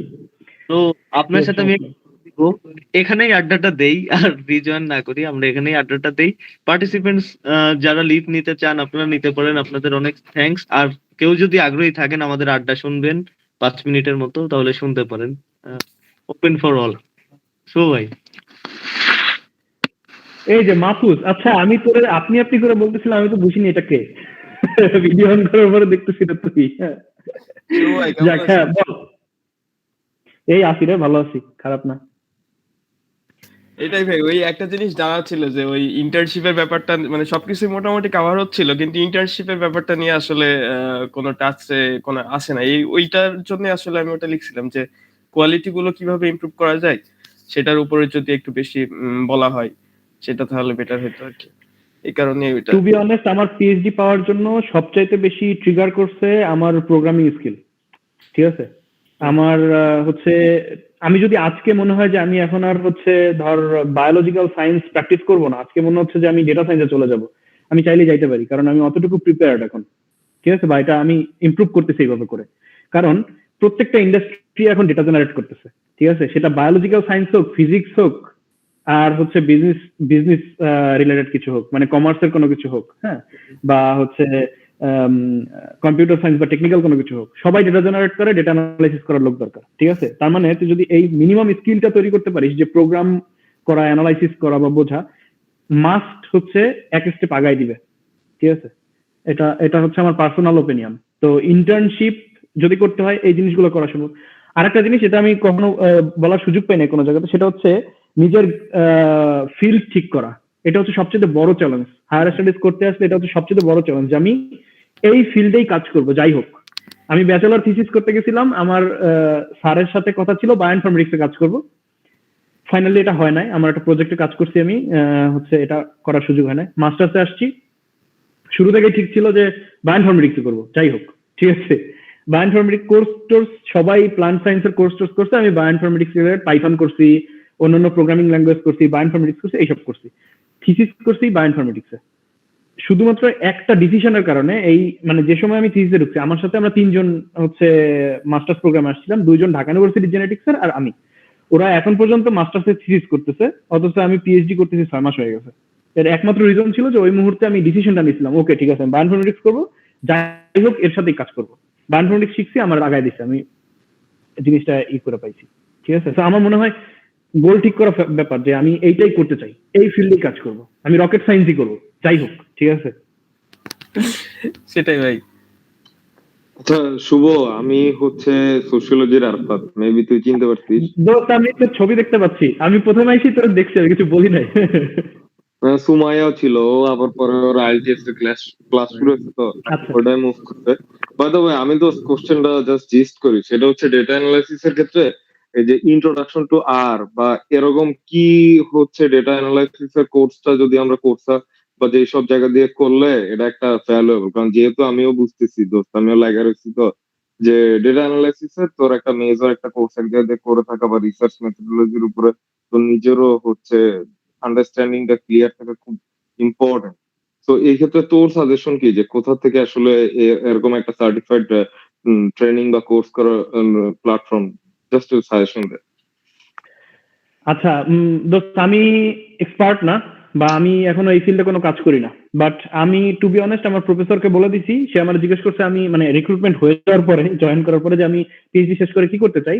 আমি রিমোট কোনো কিছু করতে চাই, কারণ আমরা তো ল্যাবে এঙ্গেজমেন্ট, তো আমি চাই হচ্ছে রিমোটলি কোনো কিছু করতে। তো আমি ডেটা অ্যানালাইসিসের জন্য নিজেকে প্রিপেয়ার করতেছি, আমার মানে করার চেষ্টা করতেছি বা করবো। আমার পরিচিত এরকম বহুত লোকজন আছে যারা শুধু পাওয়ার পয়েন্টকে ভালোভাবে ইউজ করতে পারে। মাইক্রোসফট, সরি পাওয়ার পয়েন্ট না, ভুল বলছি, এক্সেল শিট। হ্যাঁ, এক্সেল শিট শুধুমাত্র হচ্ছে মাইক্রোসফট এক্সেল শিটকে ভালোভাবে ইউজ করতে পারে, বা সে হচ্ছে ওর মধ্যে যে প্রোগ্রাম গুলো আছে বা হচ্ছে বিভিন্ন ক্যালকুলেশন ইকুয়েশন গুলো দেখতে হয় এগুলো জানে, ওই করেই ডেটা অ্যানালিস্ট হয়ে গেছে। ঠিক আছে, শুধু ওই করে কোম্পানিতে গিয়ে তার কাজই এই, সে এক্সপার্ট, মাইক্রোসফট এক্সেলের এক্সপার্ট। তো এই এগুলোর অনেকগুলো স্টেপ আছে, আমি ইউটিউব করে যেগুলো শিখছি সেটা হচ্ছে যে প্রথমে এক্সেলে ডেটা সাজানো বা সেখান থেকে সর্ট আউট করা, বা অনেক হিউজ ডেটার মধ্যে, বিগ ডেটার মধ্যে থেকে কোনো কিছু সর্ট আউট করা, সেটাকে ক্যালকুলেট করা বা হচ্ছে হিসাব নিকাশ করা, এস্টিমেট করা, এইটা শেখা। দ্বিতীয়ত ভিজুয়ালাইজ করা শেখা। ঠিক আছে, এই ডেটাকে তুই কিভাবে হচ্ছে প্রেজেন্ট করতে পারবি সেই ভিজুয়ালাইজেশন শেখা।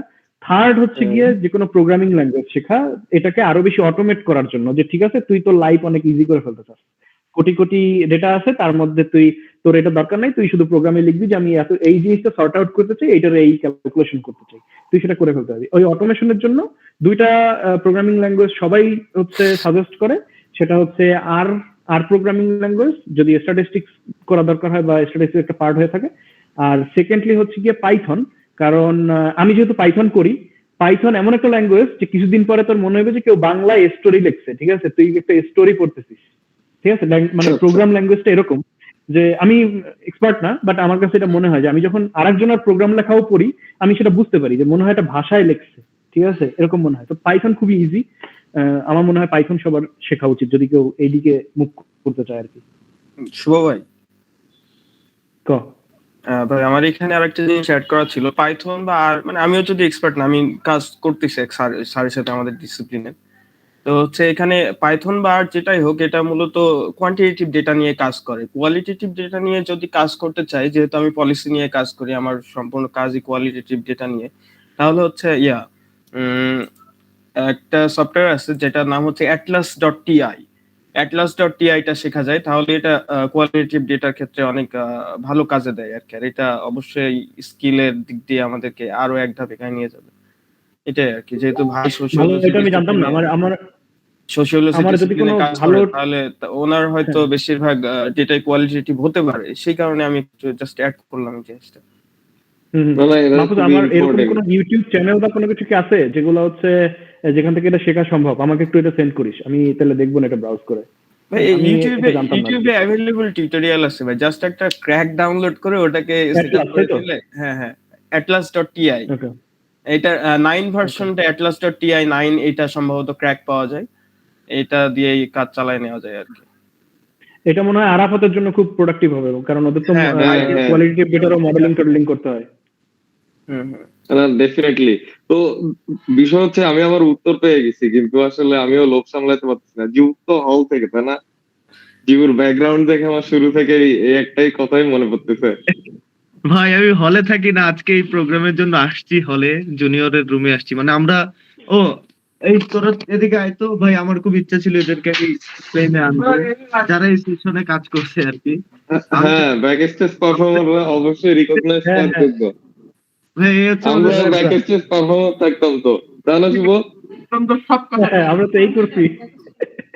ভাই এই হচ্ছে আমাদের সেক্রেটারি সংগঠনের, এই হচ্ছে তাফসির মানিক, ল অন 8। ভাই আসসালামু আলাইকুম। ওয়ালাইকুম আসসালাম। আর ওরা তোদের কারোর সাথে আমার জিবু বাদে কারোর সাথে মনে হয় কখনো ফিজিক্যালি দেখা হয় না ক্যাম্পাসে, না? হয়ে ওঠেনি ভাই, এটা একটু ছোট তো। পরিচয় দাও।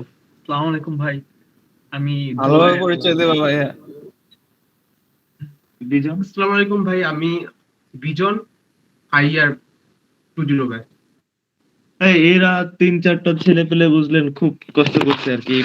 আমি তো জাস্ট হয়তো এখানে এসে কথাবার্তা বলছি, ওরা কোশ্চেন মনে করে সার্ভে করছে। এই কোশ্চেন গুলো কিন্তু আমাদের মনে করা কোশ্চেন না, সার্ভে করা কোশ্চেন, যে কোন কোশ্চেন গুলো বেশি আসতে পারে। রাজীব, এই জিনিসগুলো খুব জরুরি না? আমরা অনেক সময় নষ্ট করছি, অনেক কিছু করছি। এই যে আরাফাত বললো আমরা খালি ব্যাক স্টেজের কাজ বাজ করতাম আর কি। হ্যাঁ, দেখছিস তো ক্যাম্পাসে আসলে তো সারাক্ষণ এই করে বেড়াইতাম, কিন্তু এরকম আড্ডাটা খুব জরুরি আসলে। এই আড্ডাগুলো অনেক আগায় দেয়। ঠিক আছে। আচ্ছা, তবে আমি জাস্ট একটা কথা বলি, এই কথাটা আসলে বলা খুব ইম্পর্টেন্ট। সেটা হচ্ছে, আমি যদি শুভর বিষয়ে মনে করি, আমরা যখন মানে 4-2 শেষ করব, তখন হচ্ছে খাবার গেটে বসে একদিন রাত্রেবেলা কথা হচ্ছে, এরকম 2টা-2:30 বাজে। তো ও হচ্ছে তখন বলতেছে যে, দোস্ত আমি তো জার্মানি চলে যাব, আমার এরকম এরকম সিচুয়েশন। মানে ও খুবই, মানে ও কনফিডেন্স ছিল, বাট ওর ওই টাইমের ডিসিশনে কিন্তু আজকে চেঞ্জটা আমরা সবাই দেখতে পাচ্ছি। এই আর কি। আমার ওই কথাটাই মনে পড়তেছিল, মানে ওই টাইমে তুই যে ডিসিশনটা নিছিস সেটা আসলে আজকের এই জায়গায় নিচ্ছে। হ্যাঁ, পাস করে বের হয়ে ইমিডিয়েটলি শোন, আমার কিন্তু ফ্রিডম ফাইটার কোঠা আছে, ঠিক আছে? আমি 4th ইয়ার 2nd টার্মে বিসিএস এর কোচিং করতাম গল্লামারি ওরাকলে, ঠিক আছে? তো 4th ইয়ার 2nd টার্ম শেষ হওয়ার পরে মানে একটা পুশ খুঁজে বের করাও খুব জরুরি, যে তুই কেন তোর হায়ার স্টাডিজ করতে হবে, বা কেন এটা আমি করতে চাই, ঠিক আছে? এই পুশটা খুঁজে বের করা দরকার। আমি 3 দিন একটানা কোনো কিছু করি না। আমার বড় ভাই ও ক্যাডার, তো আমার হচ্ছে স্বাস্থ্য ক্যাডার আর কি। তো ও আমার বলতেছে যে 2-3 দিন পুরো চুপচাপ বসে থেকে কোনো কিছু করবি না, খাওয়া দাওয়া করবি, ঘুমাবি, আর চিন্তা করবি যে কি করতে চাই। কারণ আমি খুব কনফিউজ ছিলাম যে না, বাংলাদেশে থাকবো না বা হবে না, এই সেই আরো ব্যাচমেট রিলেশনশিপ, হ্যাঁ অনেক কিছু করতে হবে খুব তাড়াতাড়ি। তো একটা প্রেশার ছিল, তাও আবার ফার্স্ট ব্যাচের। হ্যাঁ, তো আমার তো করতে হবেই, ছাড়া তো অনেক যে প্যারা আর কি। হ্যাঁ, তো যেটা হয়েছে যে ওই টাইমটাতে আমি 2-3 দিন বসে কোনো কিছু না করে শুধু ডিসিশন নিয়েছি যে ওকে ঠিক আছে, বিসিএস এর কোচিং করছি, অনেক টাকা খরচ করছি, ফ্রিডম ফাইটার কোঠা আছে, সব লোভ শেষ। এই জায়গায় বাদ, আমি নিজের এই জায়গায় দেখতে চাই না। আমি টু বি অনেস্ট, যদি পৃথিবীতে কোনো কিছুর জন্য ফিট হই সেটা হচ্ছে মার্কেটিং, আমার মনে হয়। ঠিক আছে, যে আমি একটা জিনিসের জন্য পারফেক্ট ফিট, সেটা হচ্ছে মার্কেটিং। কিন্তু আমি পরবর্তীতে ডিসিশন নিয়েছি ওকে ঠিক আছে, এগুলো আমি করবো না, আমি হচ্ছে হায়ার স্টাডিজ করবো, যেটা আমার কাছে মনে হয় আমার দেওয়া সম্ভব না, বা মানুষ মনে করে আমার দেওয়া সম্ভব না, একটু ট্রাই করে দেখি।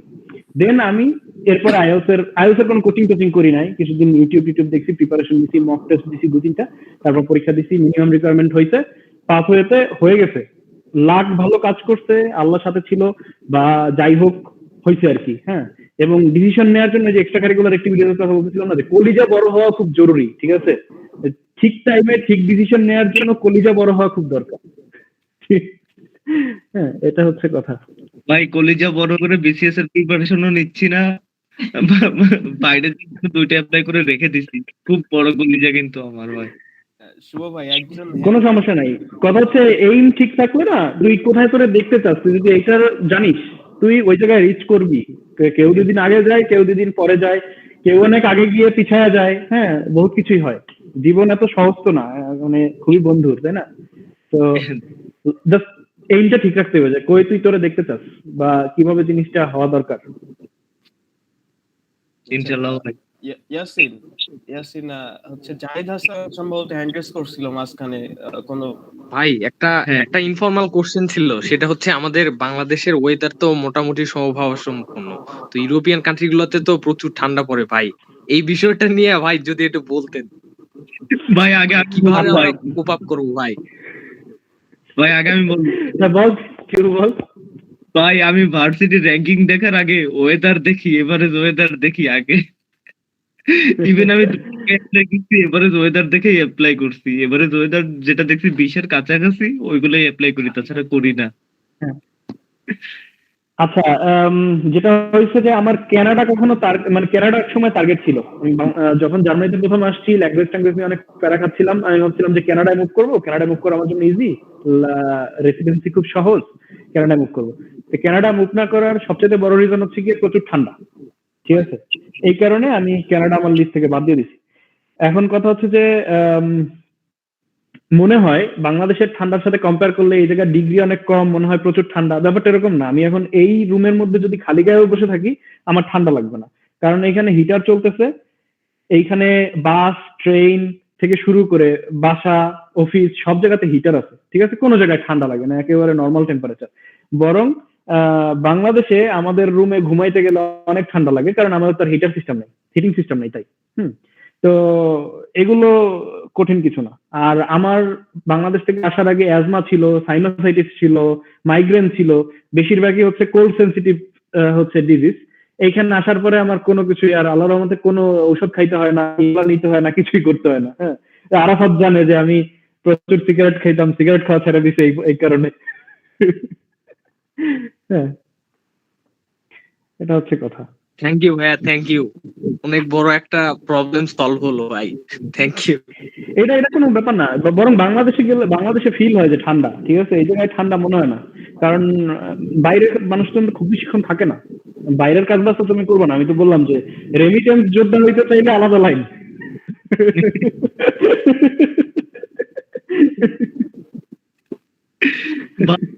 এক ঘন্টা 2 ঘন্টা হয়ে যাচ্ছে, যদি আমরা ইনফর্মাল আড্ডা দিতে ভালো লাগতো।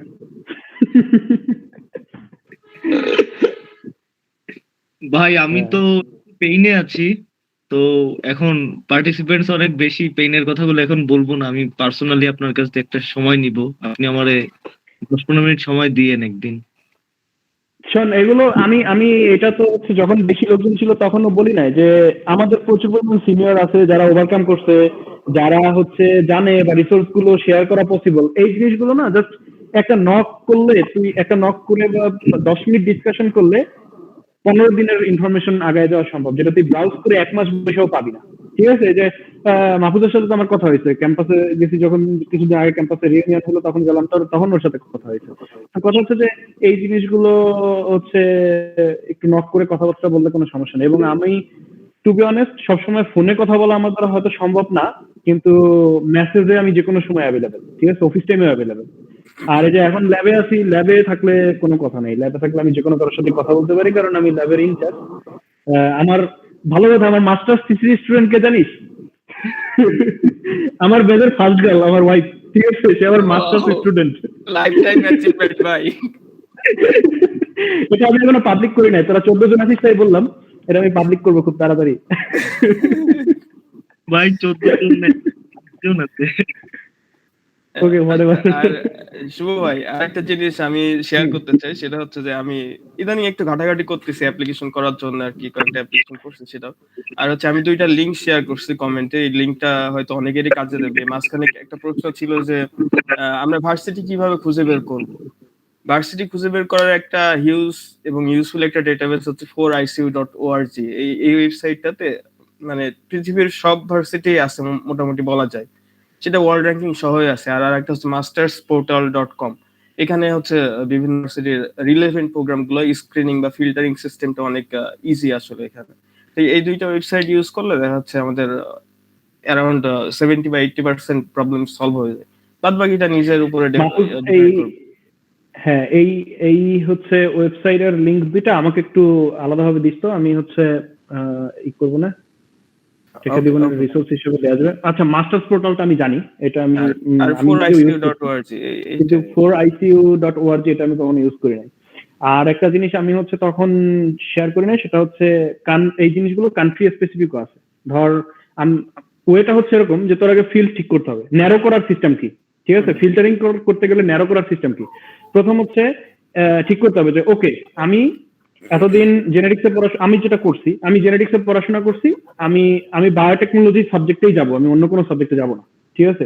আমি অ্যাগ্রো বায়োটেকনোলজি মাস্টার্স প্রোগ্রামে আসছি।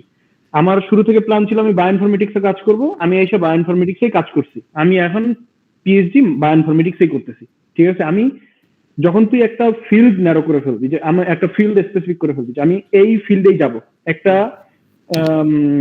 কি বলে স্পেসিফিক সাবজেক্ট, একটা ফিল্ড, আমরা তো সবাই মাল্টিডিসিপ্লিনারি সাবজেক্টে পড়াশোনা করি, সেখান থেকে একটা হচ্ছে স্পেসিফিক ডিসিপ্লিন ঠিক করতে হবে যে ওকে আমি এই ডিসিপ্লিনে যাব, ঠিক আছে? এই জিনিসটা করার সাথে সাথে দেখবি যে অনেক ইউনিভার্সিটি বা অনেক স্কলারশিপ লিস্ট থেকে আউট, ঠিক আছে, যারা এগুলো করে না, ঠিক আছে? যেমন স্যার যে বলতেছিল যে এসডিজি, হ্যাঁ, সাস্টেনেবল ডেভেলপমেন্ট গোলের ভিতরে পড়ে, এই জিনিসগুলোতে প্রচুর স্কলারশিপ থাকে, ঠিক আছে? যে গোলগুলো আছে সেগুলোতে অনেক স্কলারশিপ আছে।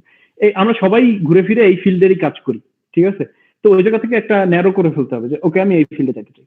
দেন কান্ট্রি ঠিক করতে হবে যে ওকে আমি ইউরোপে যাব, আমি আমেরিকাতে যাব, ঠিক আছে, বা আমি কোরিয়াতে যেতে চাই, ফিক্স করে ফেললি। দেন হচ্ছে তোর প্রোফাইল চেক করতে হবে যে আচ্ছা ঠিক আছে আমার এই সিজিপিএ বা এই তুই অলরেডি সাবজেক্ট জানো, ওই ডিপার্টমেন্ট গুলো কোন ইউনিভার্সিটিতে আছে এবং কারা সিজিপিএ 3.75 এর নিচে নেয় না, কারা 3.5 এর নিচে নেয় না, এভাবে করে সর্ট করে ফেল। আমি যেটা করছিলাম সেটা হচ্ছে একটা এক্সেল ফাইল বানাইছিলাম, এক্সেল ফাইলের মধ্যে ইভেন আমি আইএলস দেওয়ার আগে এক্সেল শিটের মধ্যে লিখে রাখছি যে আইএলস 7 পাইলে এগুলো অ্যাপ্লাই করবো, 6.5 পেলে এগুলা 6 পেলে এগুলা। আমি যখন ফ্রি ছিলাম আমি এগুলো করে ফেলছি, ঢাকায় ছিলাম তখন সুন্দর করে এগুলো এক্সেল শিট করে ফেলছি। রেজাল্ট আসছে সুন্দর করে, আমি অলরেডি জানি যে আমি এর অ্যাপ্লাই করবো, এর অ্যাপ্লাই করবো না, ঠিক আছে? আমি ন্যারো করে ফেলছি। আমি 6টা ইউনিভার্সিটিতে অ্যাপ্লিকেশন করছিলাম, কারণ আমার সিজিপিএ কম তাই আমার বেশি করতে হয়েছে। 6টা ইউনিভার্সিটিতে অ্যাপ্লিকেশন, 5টা ইউনিভার্সিটিতে অ্যাপ্লিকেশন করছিলাম, 3টা থেকে অফার লেটার পাইছিলাম, ঠিক আছে? টু বি অনেস্ট 3টা থেকে অফার লেটার পাইছিলাম, যার মধ্যে এই সাবজেক্টটা হচ্ছে বেশি রিলেভেন্ট ছিল আমার সাবজেক্টের সাথে। হ্যাঁ, যে আমার মনে হয়েছে যেহেতু আমার পার্ট টাইম জব করতে হইতো, আমি যেহেতু সেলফ ফিনান্স আসছি ফার্স্টে, তো আমি ভাবছি যে আমার সাথে সবচেয়ে রিলেভেন্ট যে সাবজেক্টগুলো আছে কোর্সগুলো চেক করছি, এই সাবজেক্টে গেলে আমার কষ্ট করতে হবে কম, পড়াশোনা কম করলেও পাস করতে পারবো, তাহলে আমি বাইরে চাকরি বাকরি করে কভার করতে পারবো, তাই আমি এই সাবজেক্টে আসছি। অথচ এর থেকে ভালো ভালো সাবজেক্টও পাইছিলাম আমি, বা ভালো ক্রিম কিছুও পাইছিলাম যেগুলোতে গেলে লাইফ অন্যরকম হইতে পারতো, ঠিক আছে? কিন্তু আমার যেহেতু ব্যালেন্স করতে হবে আমি তখন ডিসিশন নিয়েছি, ঠিক আছে? এভাবে করে হচ্ছে ন্যারো করতে হবে, ফিল্ড ন্যারো করলে সম্ভব। এখন ইউনিভার্সিটি সার্চ করার জন্য যদি কেউ জার্মানিতে ইউনিভার্সিটি সার্চ করতে চায়, সেক্ষেত্রে জার্মানির জন্য একটা ওয়েবসাইট আছে daed.de, ঠিক আছে? এই ওয়েবসাইটের মধ্যে গিয়ে ওইখানে দিতে হবে যে international programme, English international programme, দেওয়ার পরে ওইখানে দেখবি যদি পুরো ইউনিভার্সিটির লিস্ট আসবে, এবং সেইখানে সাবজেক্ট আরো স্পেসিফাই করা সম্ভব যে আচ্ছা ঠিক আছে আমি ফরেস্ট্রি রিলেটেড কিছু দেখতে চাই, আমি বায়োটেকনোলজি রিলেটেড কিছু দেখতে চাই, এভাবে ফিল্টার করা সম্ভব করে দেখবি যে সবকিছু স্ক্রিন আউট হয়ে মোটামুটি 10টা ইউনিভার্সিটি আছে বা 15টা প্রোগ্রাম আছে, 20টা প্রোগ্রাম আছে এরকম। মানে এই তুই যেটা শেয়ার করছিস সেগুলো ছাড়াও প্রত্যেকটা কান্ট্রির আলাদা করে কান্ট্রি, ওখানে তো কান্ট্রি স্পেসিফিক আছে, তবে 4icu তে হচ্ছে আপনার মহাদেশ আলাদা আলাদা করা আছে, যে এই মহাদেশের এমনকি দেশ স্পেসিফিক আছে, যে আমি ইউরোপের জার্মানি বা এমন লুক্সেমবার্গ হইতে পারে, তারপরে সিটি স্পেসিফিক আছে, দেশের পরে সিটি, মানে ফিল্টারিং লেভেলটা অনেক সুন্দর আর কি ওখানে। তবে ভাই একজন হ্যান্ড রেজ করছে, ইয়াসিন দেখছে কিনা আমি জানি না, যদি কোনো প্রশ্ন থাকে করতে পারেন। হ্যালো ভাইয়া, শোনা যাচ্ছে আমাকে? হুম আচ্ছা ভাইয়া, আমি মাসুমা, ইএস ডিসিপ্লিনের। তো ভাইয়া আমার মেইনলি ফার্স্টের দিকে যে ইচ্ছা ছিল যে যখন সিজিপিএ লোতের দিকে আসে তো আমি গভর্নমেন্ট জব বা এই টাইপস এর দিকে। তো আমি আসলে এই সব রিলেটেড কিছুই জানি না, কিন্তু আমার একটা অপরচুনিটি আসে সেপ্টেম্বরে একটা স্কলার ওয়ার্কশপ অ্যাটেন্ড করার, সেটা লন্ডনে ছিল, এটা ব্রিটিশ কাউন্সিলের আন্ডার। তো ওখানে যাওয়ার পরে আপনি যেটা বললেন যে মানে ওখানকার ওয়েদার, মানে আপনার যে প্রবলেম গুলো ছিল সেগুলো আমারও, এন্ড এটার জন্য আমি অনেক সাফার করি। তো আমার মনে হয়েছে ওই এনভায়রনমেন্টটা এন্ড মানে এই বিসিএস পড়াটা আমার জন্য না। আমি আর কি আমার জব মানে সাবজেক্ট রিলেটেড সেক্টরে থাকতে চাই। তো ওখান থেকে মানে আমার ব্রিটিশ কাউন্সিল থেকে আমাকে 6 মাসের একটা ভিজিটর ভিসা আর কি যেটা হয়। তো ভাইয়া এখন আমি যেটা জানতে চাচ্ছিলাম যে এটা কি আমার কোনো মানে এই 6 মাসের মধ্যে কি আমার অ্যাপ্লাই করাটা উচিত, নাকি নেক্সটে মানে আমি যেটা আগে থেকে প্ল্যান করছিলাম যে আমি এখানে এমএসটা শেষ করব দেন আমি অ্যাপ্লাই করব। তো এটা সম্পর্কে একটু আপনার কাছে জানতে চাচ্ছিলাম। আমি আসলে এই বিষয়ে একদমই মানে কিছুই জানি না। তো এটা সম্পর্কে যদি একটু বলতেন। আচ্ছা, তুমি করে বলতেছি, তোমার যে কেস, ঠিক আছে, তোমার কি হচ্ছে অলরেডি 6 মাসের হচ্ছে ভিজিটর ভিসা ইস্যু করে দিছে, নাকি তুমি যে কোনো মুহূর্তে চাইলে নিতে পারবে? জি অলরেডি ইস্যু করে দিছে।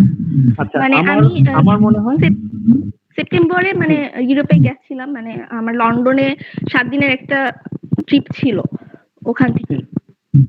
ওকে। আচ্ছা, মানে তুমি অলরেডি 7 দিনের জন্য আসছিলা, এবং যেহেতু ইউকে সবসময় 6 মাসেরই ভিসা ইস্যু করে, তো তোমার হচ্ছে 6 মাস পর্যন্ত ভ্যালিডিটি আছে এখনো। তো আমার কাছে যেটা মনে হয় যে হচ্ছে খুব ওয়াইজ ডিসিশন যদি তুমি নিতে চাও এই মুহূর্তে এবং আরেকটু এক্সপ্লোর করতে চাও এবং মনে হয় যে না তুমি পারবা, সেই ক্ষেত্রে হচ্ছে তুমি যে কোনো একটা ইনস্টিটিউটের সাথে 6 মাস বা 6 মাস তো পসিবল না, ধরো 2 মাস বা 3 মাসের জন্য একটা ইন্টার্নশিপ প্রোগ্রামে আসো, যে তোমার মাস্টার্স প্রোগ্রামের পার্ট হিসাবে। খুলনা ভার্সিটির মাস্টার্স প্রোগ্রামে স্যারদের তুমি চাইলেই কনভিন্স করতে পারবা যে হচ্ছে স্যার আমি হচ্ছে একটা ইন্টার্নশিপে যাইতে চাই, আপনি আমার একটা লেটার ইস্যু করে দেন যে এটা আমার একটা কারিকুলামের পার্ট, ঠিক আছে, ম্যান্ডেটরি ইন্টার্নশিপ বা হচ্ছে পার্ট টাইম ইন্টার্নশিপ। এই হিসাবে তুমি কয়েকজন প্রফেসরকে পার্সোনালি মেইল করবা, ভালো ভালো ইউনিভার্সিটি দেখে নিবা যে কোন ইউনিভার্সিটিতে হচ্ছে, আবার টপ ইউনিভার্সিটি না, যেহেতু সিজিপি এর একটা ব্যাপার চলে আসবে সাথে সাথে, মোটামুটি দেখে একটা ইউনিভার্সিটিতে তুমি 2 মাস আইসা ইউরোপে থাকো, লন্ডনে থাকো, বা হচ্ছে ইউকের অন্য অন্য হচ্ছে স্টেটে গিয়া থাকো, থাইকা বোঝার চেষ্টা করো যে এই এডুকেশন সিস্টেমটা কিভাবে চলে, ইন্টার্নশিপ করো, তোমার প্রোফাইল রিচ হয়ে যাবে অলরেডি। এবং তোমার যদি প্রফেসরের সাথে রিলেশনশিপ ভালো হয়ে যায়, সে তোমাকে সাথে, বা সবাই এখানে এটাই করে যে যে প্রফেসরের সাথে কাজ করে চেষ্টা করে তার সাথে পরবর্তীতে জব করার, বা তার সাথে হচ্ছে গিয়ে পরবর্তীতে হচ্ছে পিএইচডি করার, বা পরবর্তীতে পোস্টডক করার। তো সিস্টেম হচ্ছে তুমি প্রফেসরকে কনভিন্স করার চেষ্টা করবে যে তোমার যদি ফান্ডিং থাকে, বা তোমার ফ্রেন্ড সার্কেল বা তোমাদের কমিউনিটিতে ফান্ডিং থাকে, তাহলে আমাকে একটা ফান্ডিং দাও, আমি পিএইচডি করতে আসতে রাজি, তোমার কাজ আমার ভালো লাগছে। এটা একটা স্ট্রেট ফরওয়ার্ড ওয়ে, যদি তোমার আসলেই মনে হয় যে তুমি পারবা তাইলে, ঠিক আছে।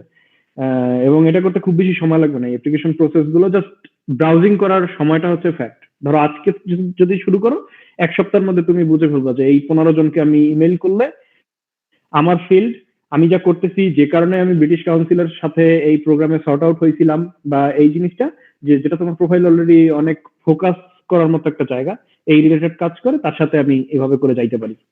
বুঝতে পারছো? এটা আমার মানে ইনস্ট্যান্টলি, যেটা যদি আমি তোমার জায়গায় থাকতাম আমি হয়তো এরকম কিছু করতাম এই মুহূর্তে। জি ভাই, বুঝতে পারছি। তবে প্রাইভেট জব বা হচ্ছে গভর্নমেন্ট জবকে খারাপভাবে দেখার কিছু নাই। যদি মনে হয় যে না এটা তুমি দেশকে সার্ভ করতে চাও, পরবর্তীতে হচ্ছে সেইখান থেকে হায়ার স্টাডিজ করতে চাও, এটা পরবর্তীতেও আসা সম্ভব, ঠিক আছে, সেটাও। আর তুমি যেহেতু অলরেডি একবার ভিজিট করছো ইউকে, সো তোমার এগুলো পাওয়ার জন্য এই ভিসা রিলেটেড কমপ্লিকেশনস অনেক কম হবে, ঠিক আছে। থ্যাংক ইউ শুভ ভাই, পার্টিসিপেন্টসদের থ্যাঙ্কস এখনো পর্যন্ত আমাদের সাথে থাকার জন্য। আর আপনার কাইন্ড রেসপন্স যদি পাই তাহলে আমরা এখন শেষ করি এটা আর কি। আজকের মতো। তবে আমি ওপেন, যে কোনো মুহূর্তে যে কোনো কেউ যদি আমাকে নক দেয় আমি চেষ্টা করি রেসপন্স করার। ব্রাক করার কিছু নেই যদি কারোর সাথে ওভার ফোন আমি কথা বলতে না পারি, কারণ টাইমের একটা ব্যাপার আছে, 5 ঘন্টা ডিফারেন্স, আমি সবাইকে সবসময় রেসপন্স করতে পারি না। এই জন্য দেখা গেছে একদিন পরে হচ্ছে রেসপন্স করতেছি, 2 দিন পরে রেসপন্স করতেছি। তো কেউ যেন রাগ না করে, আর চাইলে যে কোনো কেউ আমাকে যদি নক করে আমি অবশ্যই চেষ্টা করবো রেসপন্স করার। ঠিক আছে, থ্যাংক ইউ। আর আপনার কি বলে যে গুরুত্বপূর্ণ যদি কোনো ডকুমেন্টস থাকে আমাদের শেয়ার করবেন, আমরা সেগুলো চেষ্টা করব সবার মাঝে দিয়ে দেওয়ার, অ্যাটলিস্ট যারা কোয়েশ্চেন করছিল।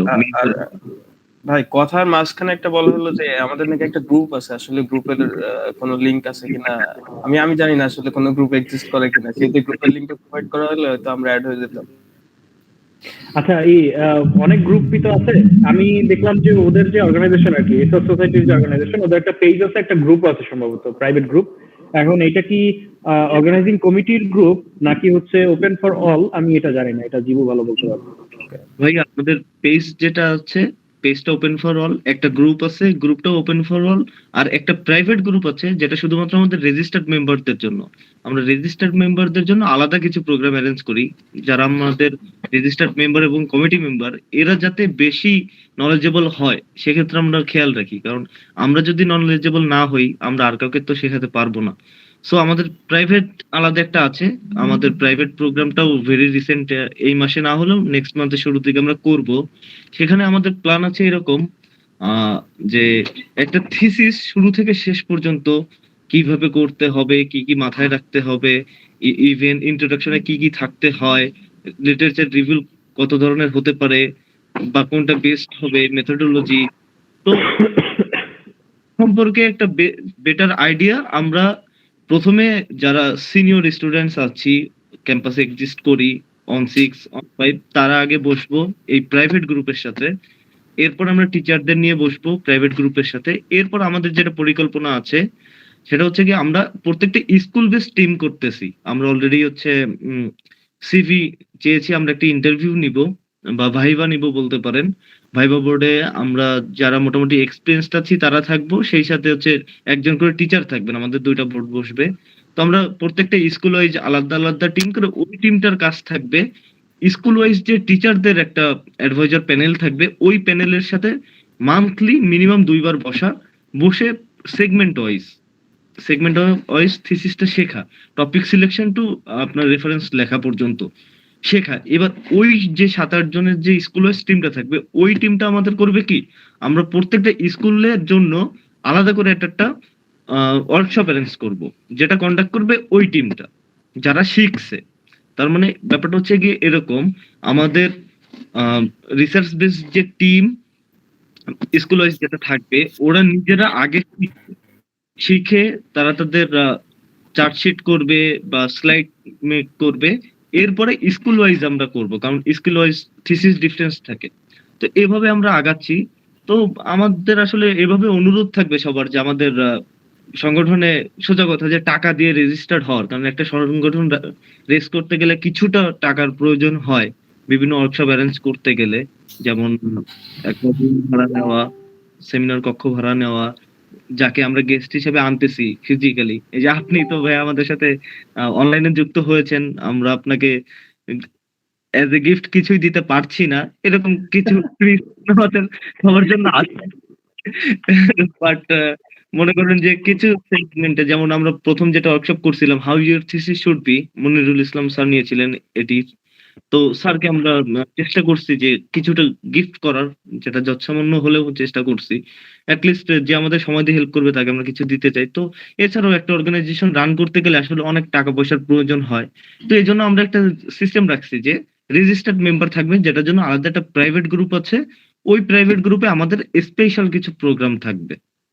তো মাহফুজ ভাইয়াকে আমি বলবো যে ভাইয়া, আপনি যদি রেজিস্টার্ড মেম্বার না হয়ে থাকেন, আপাতত আমাদের পেজে থাকবেন, আমাদের একটা গ্রুপ আছে, গ্রুপে থাকবেন, খুলনা ইউনিভার্সিটি রিসার্চ সোসাইটি নামেই আছে গ্রুপটা, ওটাতে জয়েন করবেন। আর ইন ফিউচার আপনি যদি হচ্ছে রেজিস্টার্ড মেম্বার হন, তাহলে আমাদের যেটা বলে আকর্ষণীয় কিছু প্রোগ্রাম আছে, সেগুলো আপনি পার্টিসিপেট করতে পারবেন ইনশাল্লাহ। থ্যাংক ইউ, ধন্যবাদ। দোয়া রাখবেন। জাস্ট শুরু করছি, বাদ বাকিটা না, খুবই ভালো উদ্যোগ। এই রিসার্চ সোসাইটি থাকা উচিত। আমি তবে টু বি অনেস্ট, এটা স্যারও প্রথমে ক্লিয়ার করছে, আমি তোর আগের দিন বলতেছিলাম যে নেগেটিভলি যেন ট্রিগার না করে, যে আমি হচ্ছে লো সিজিপিএ জিনিসটাকে মোটিভেট করতে কিন্তু বসিনি টু বি অনেস্ট। কারণ অনেকে এটা হয়েছে সিরিয়াসলি যে আমি একটা সাবজেক্টে রিটেক নিছি, ফর এক্সাম্পল, ঠিক আছে, আমি রিটেক নিছি, আমার কাছের এক জুনিয়র এসে আমার বলতেছে যে আমার ইমিডিয়েট জুনিয়র 1-5 ব্যাচ আমার এসে বলতেছে, ভাই আপনি রিটেক নিছেন, আমি তো অনুপ্রাণিত হয়ে রিটেক নিছি। ঠিক আছে, এখন কথা হচ্ছে যে এই জিনিসগুলোর থেকে মানে don't learn any evil from seniors, ঠিক আছে, ইভিল জিনিস শেখার কোনো দরকার নেই, ভালো জিনিস শিখতে হবে। হ্যাঁ ভাই, এটার খুবই খারাপ দিক আছে ভাই, আমি এটার ভুক্তভোগী। আমি অ্যাপ্লিকেশন করতে আমি বুঝতেছি ভাই, আমি এমন কিছু জায়গা আছে যে জায়গাতে দেখা যাচ্ছে আমি প্রফেসর কন্ট্যাক্ট করছি, প্রফেসর রাজিও হয়েছে, কিন্তু আমি দেখতেছি যে আমার লাস্ট 60 ক্রেডিটে 3.7 আমার হচ্ছে না। এটা আমার স্কলারশিপটার অপরচুনিটি টোটালি বন্ধ করে দিচ্ছে। যতটুকু অর্জন করার সুযোগ আছে ততটুকু অবশ্যই করা উচিত। দেখ, আমার কিন্তু অনেক বাইপাস হয়েতে আসতে হয়েছে, আমি কিন্তু ডিরেক্ট হচ্ছে গিয়ে পিএইচডির জন্য অ্যাপ্লাই করতে পারতাম, অনেক ভালো ফান্ডিং নিয়ে আসতে পারতাম। আমার ওয়াইফ মুমু, ও হচ্ছে দেখ আমার কত ফাস্ট হয়ে গেছে জিনিসগুলো। আমি চলে আসছি কিছুদিনের মধ্যে, ডিএডিতে অ্যাপ্লিকেশন করছে, ভিসার জন্য বসে থাকতে হয় নাই, ইন্টারভিউ নাই, কোনো কিছু নাই, অ্যাপ্লিকেশন করছে। ইভেন ও সেলফ ফিনান্সের একটা সাবজেক্টে অ্যাপ্লাই করছিল, সেইটাই হয় নাই, ও ডিএডি স্কলারশিপ হয়েছে, এবং সেটা কিন্তু ডিস্টিংক্ট সাবজেক্ট, আমাদের বায়োটেকের সাথে খুব বেশি রিলেভেন্ট না, এগ্রিকালচারাল সায়েন্স রিলেটেড, ঠিক আছে, ডিএডি পেয়ে গেছে। এটা সবচেয়ে বড় ফ্যাক্টর ছিল রেজাল্ট, ঠিক আছে, রেজাল্ট এবং প্রোফাইল, কারণ আমরা প্রোফাইল হচ্ছে একইভাবে সিঙ্ক করে করে করার চেষ্টা করছি আর কি, রিচ করার ট্রাই করছি। তো সেই ক্ষেত্রে যেটা হয়েছে, প্রোফাইল ভালো ছিল, একবার অ্যাপ্লিকেশন করছে, একবারই ডিএডি হয়ে গেছে, ঠিক আছে, লাইফ কত ইজি হয়ে গেছে। তো ব্যাপারটা হচ্ছে রেজাল্ট ভালো থাকলে অনেক বেশি ইজি হয়ে যায় জিনিস, যার পক্ষে সম্ভব এই জিনিসগুলোকে উঠানো, ধর 4th ইয়ার ফার্স্ট টার্মে আছে বা 3rd ইয়ার সেকেন্ড টার্মে আছে, তার এখনো উচিত যতটা সম্ভব এর দিকে নজর দেওয়া, ঠিক আছে। নার্ড হওয়া খুব খারাপ জিনিস, ঠিক আছে, নার্ড হওয়া যাবে না, নার্ড হইলে আবার সমস্যা। হ্যাঁ, যে আমার রেজাল্টই আছে, আর কিছু নাই দুনিয়াদের ভিতরে, ঠিক আছে, বহুত ভাই বন্ধু আছে আমার যারা প্রচুর পড়াশোনা করছে, তারা জানে না তারা এই সিজিপিএ দিয়ে কি করবে, ঠিক আছে, তাহলে তো লাভ নাই। আচ্ছা ভাই, আর আরেকটা প্রশ্ন ছিল যেটা হচ্ছে হঠাৎ করে মনে পড়লো, সেটা হচ্ছে যে ড্যাড একটা, মানে আমি এইটা ইনফরমেশন থেকে কনফিউজড আর কি, ইউটিউবে দেখেই। একটা হচ্ছে ড্যাড একটা আলাদা ওয়েবসাইট আছে, আর একটা ওরা কয়েকজনকে বলতে দেখছে যে ড্যাড বাংলাদেশ ওয়েবসাইট, মানে ড্যাড বাংলাদেশ সামথিং কিছু একটা এরকম আছে আর কি। তো বলে যে স্কলারশিপের জন্য ড্যাড বাংলাদেশে সার্চ করতে, ড্যাড মানে যেটা কান্ট্রি স্পেসিফিক আর কি। এটা কি ভ্যালিড নাকি আমি জাস্ট ড্যাডের ওয়েবসাইটে সার্চ করলে জিনিসটা ওকে? আচ্ছা, ডিএডির হচ্ছে একটা ওয়েবসাইট আছে যেটা পুরো, ডিএডি জিনিসটা কি হচ্ছে, জার্মানির পুরো এডুকেশন যে অথরিটি আছে বা এডুকেশন মিনিস্ট্রি আছে, তাদের অর্গানাইজেশন হচ্ছে ডিএডি, ঠিক আছে, এটা হোল থিং, বিগার থিং। তাদের একটা পার্ট, একটা প্রোগ্রাম হচ্ছে মানুষকে স্কলারশিপ দিয়ে ডেভেলপিং কান্ট্রির লোকজনকে এডুকেট করা, বুঝতে পারছিস? তো যেটা হয়, ডিএডি.ডি এর মধ্যে জার্মানির সকল ইউনিভার্সিটি সকল সাবজেক্টের ডেটাবেজ আছে, তার মধ্যে স্কলারশিপ প্রোগ্রাম গুলো একটা ডেটাবেস হিসেবে আছে একটা সাইডে, যে যার ভিতরে তুই ইউনিভার্সিটির স্কলারশিপের সার্কুলার গুলো দেখতে পারবি, কোন কোন সাবজেক্টে সার্কুলার আছে সেগুলো দেখতে পারবি, ঠিক আছে। এটা হচ্ছে ডিএডি.ডি। তারপরে এইভাবে ইন্টারন্যাশনাল প্রোগ্রাম বা প্রোগ্রাম কোড স্পেসিফিক করা যাবে। এরপরে যেটা হয়েছে, এই আমার ল্যাপটপ তো বন্ধ হয়ে যাবে, চার্জ হচ্ছে না মোমো, এটা চার্জ হচ্ছে না, এটা কোথায় ঠিক করে লাগাও তো, এটা খুলে আরেকটা লাগাতে। বাঙালি কেউ নাকি ভাই? এই নুনু আছে ইয়াতে, হচ্ছে না। আচ্ছা এই দাঁড়া 1 মিনিট, সরি, আমার চার্জ হচ্ছে না, কারণ এটা দেওয়া হয় না। ভাই মানুষজন তো ভয়েসে লিখতে পারতেছে না যে ইনফর্মাল আড্ডা হচ্ছে, তারপরেও এত নলেজেবল কথাবার্তা হচ্ছে, ইনফরমেটিভ কথাবার্তা হচ্ছে, কি দেখি না মিস প্রিন্স কে মেবি চিনেন, আরে টেক্সট দিচ্ছে ভাই, এই প্রচুর ফর্মাল আলোচনা হয়েছে। আমি তো যখন তুই আমার বলছো যে এত লোকজন জয়েন করবে, লিমন স্যার আসবে, আমি তো চিন্তা করছিলাম শালা আমি তো ফর্মাল না, কি বলবো। কারণ আমি তো সিরিয়াসলি ফর্মাল না, দেখা গেছে যে কি ভুলভাল বলে ফেলবো, তখন একটা সমস্যা। আচ্ছা, যেটা বলতেছিলাম মাহফুজ, সেটা হচ্ছে ডিএডির ডিআইডি বাংলাদেশ বলে কোনো কিছু এক্সিস্ট করার কথা না, কারণ যদি ডিআইডি বাংলাদেশ বলে কোনো কিছু এক্সিস্ট করে সেটা হচ্ছে পোর্টাল, সরি সেটা হচ্ছে অ্যালুমিনিদের ওয়েবসাইট। ওকে, ডিআইডির মেইন স্কলারের কাছ থেকে শুনি, ঠিক আছে? কি আছে? মিনিস্ট্রির থ্রুতে যেটা আসতে হয়।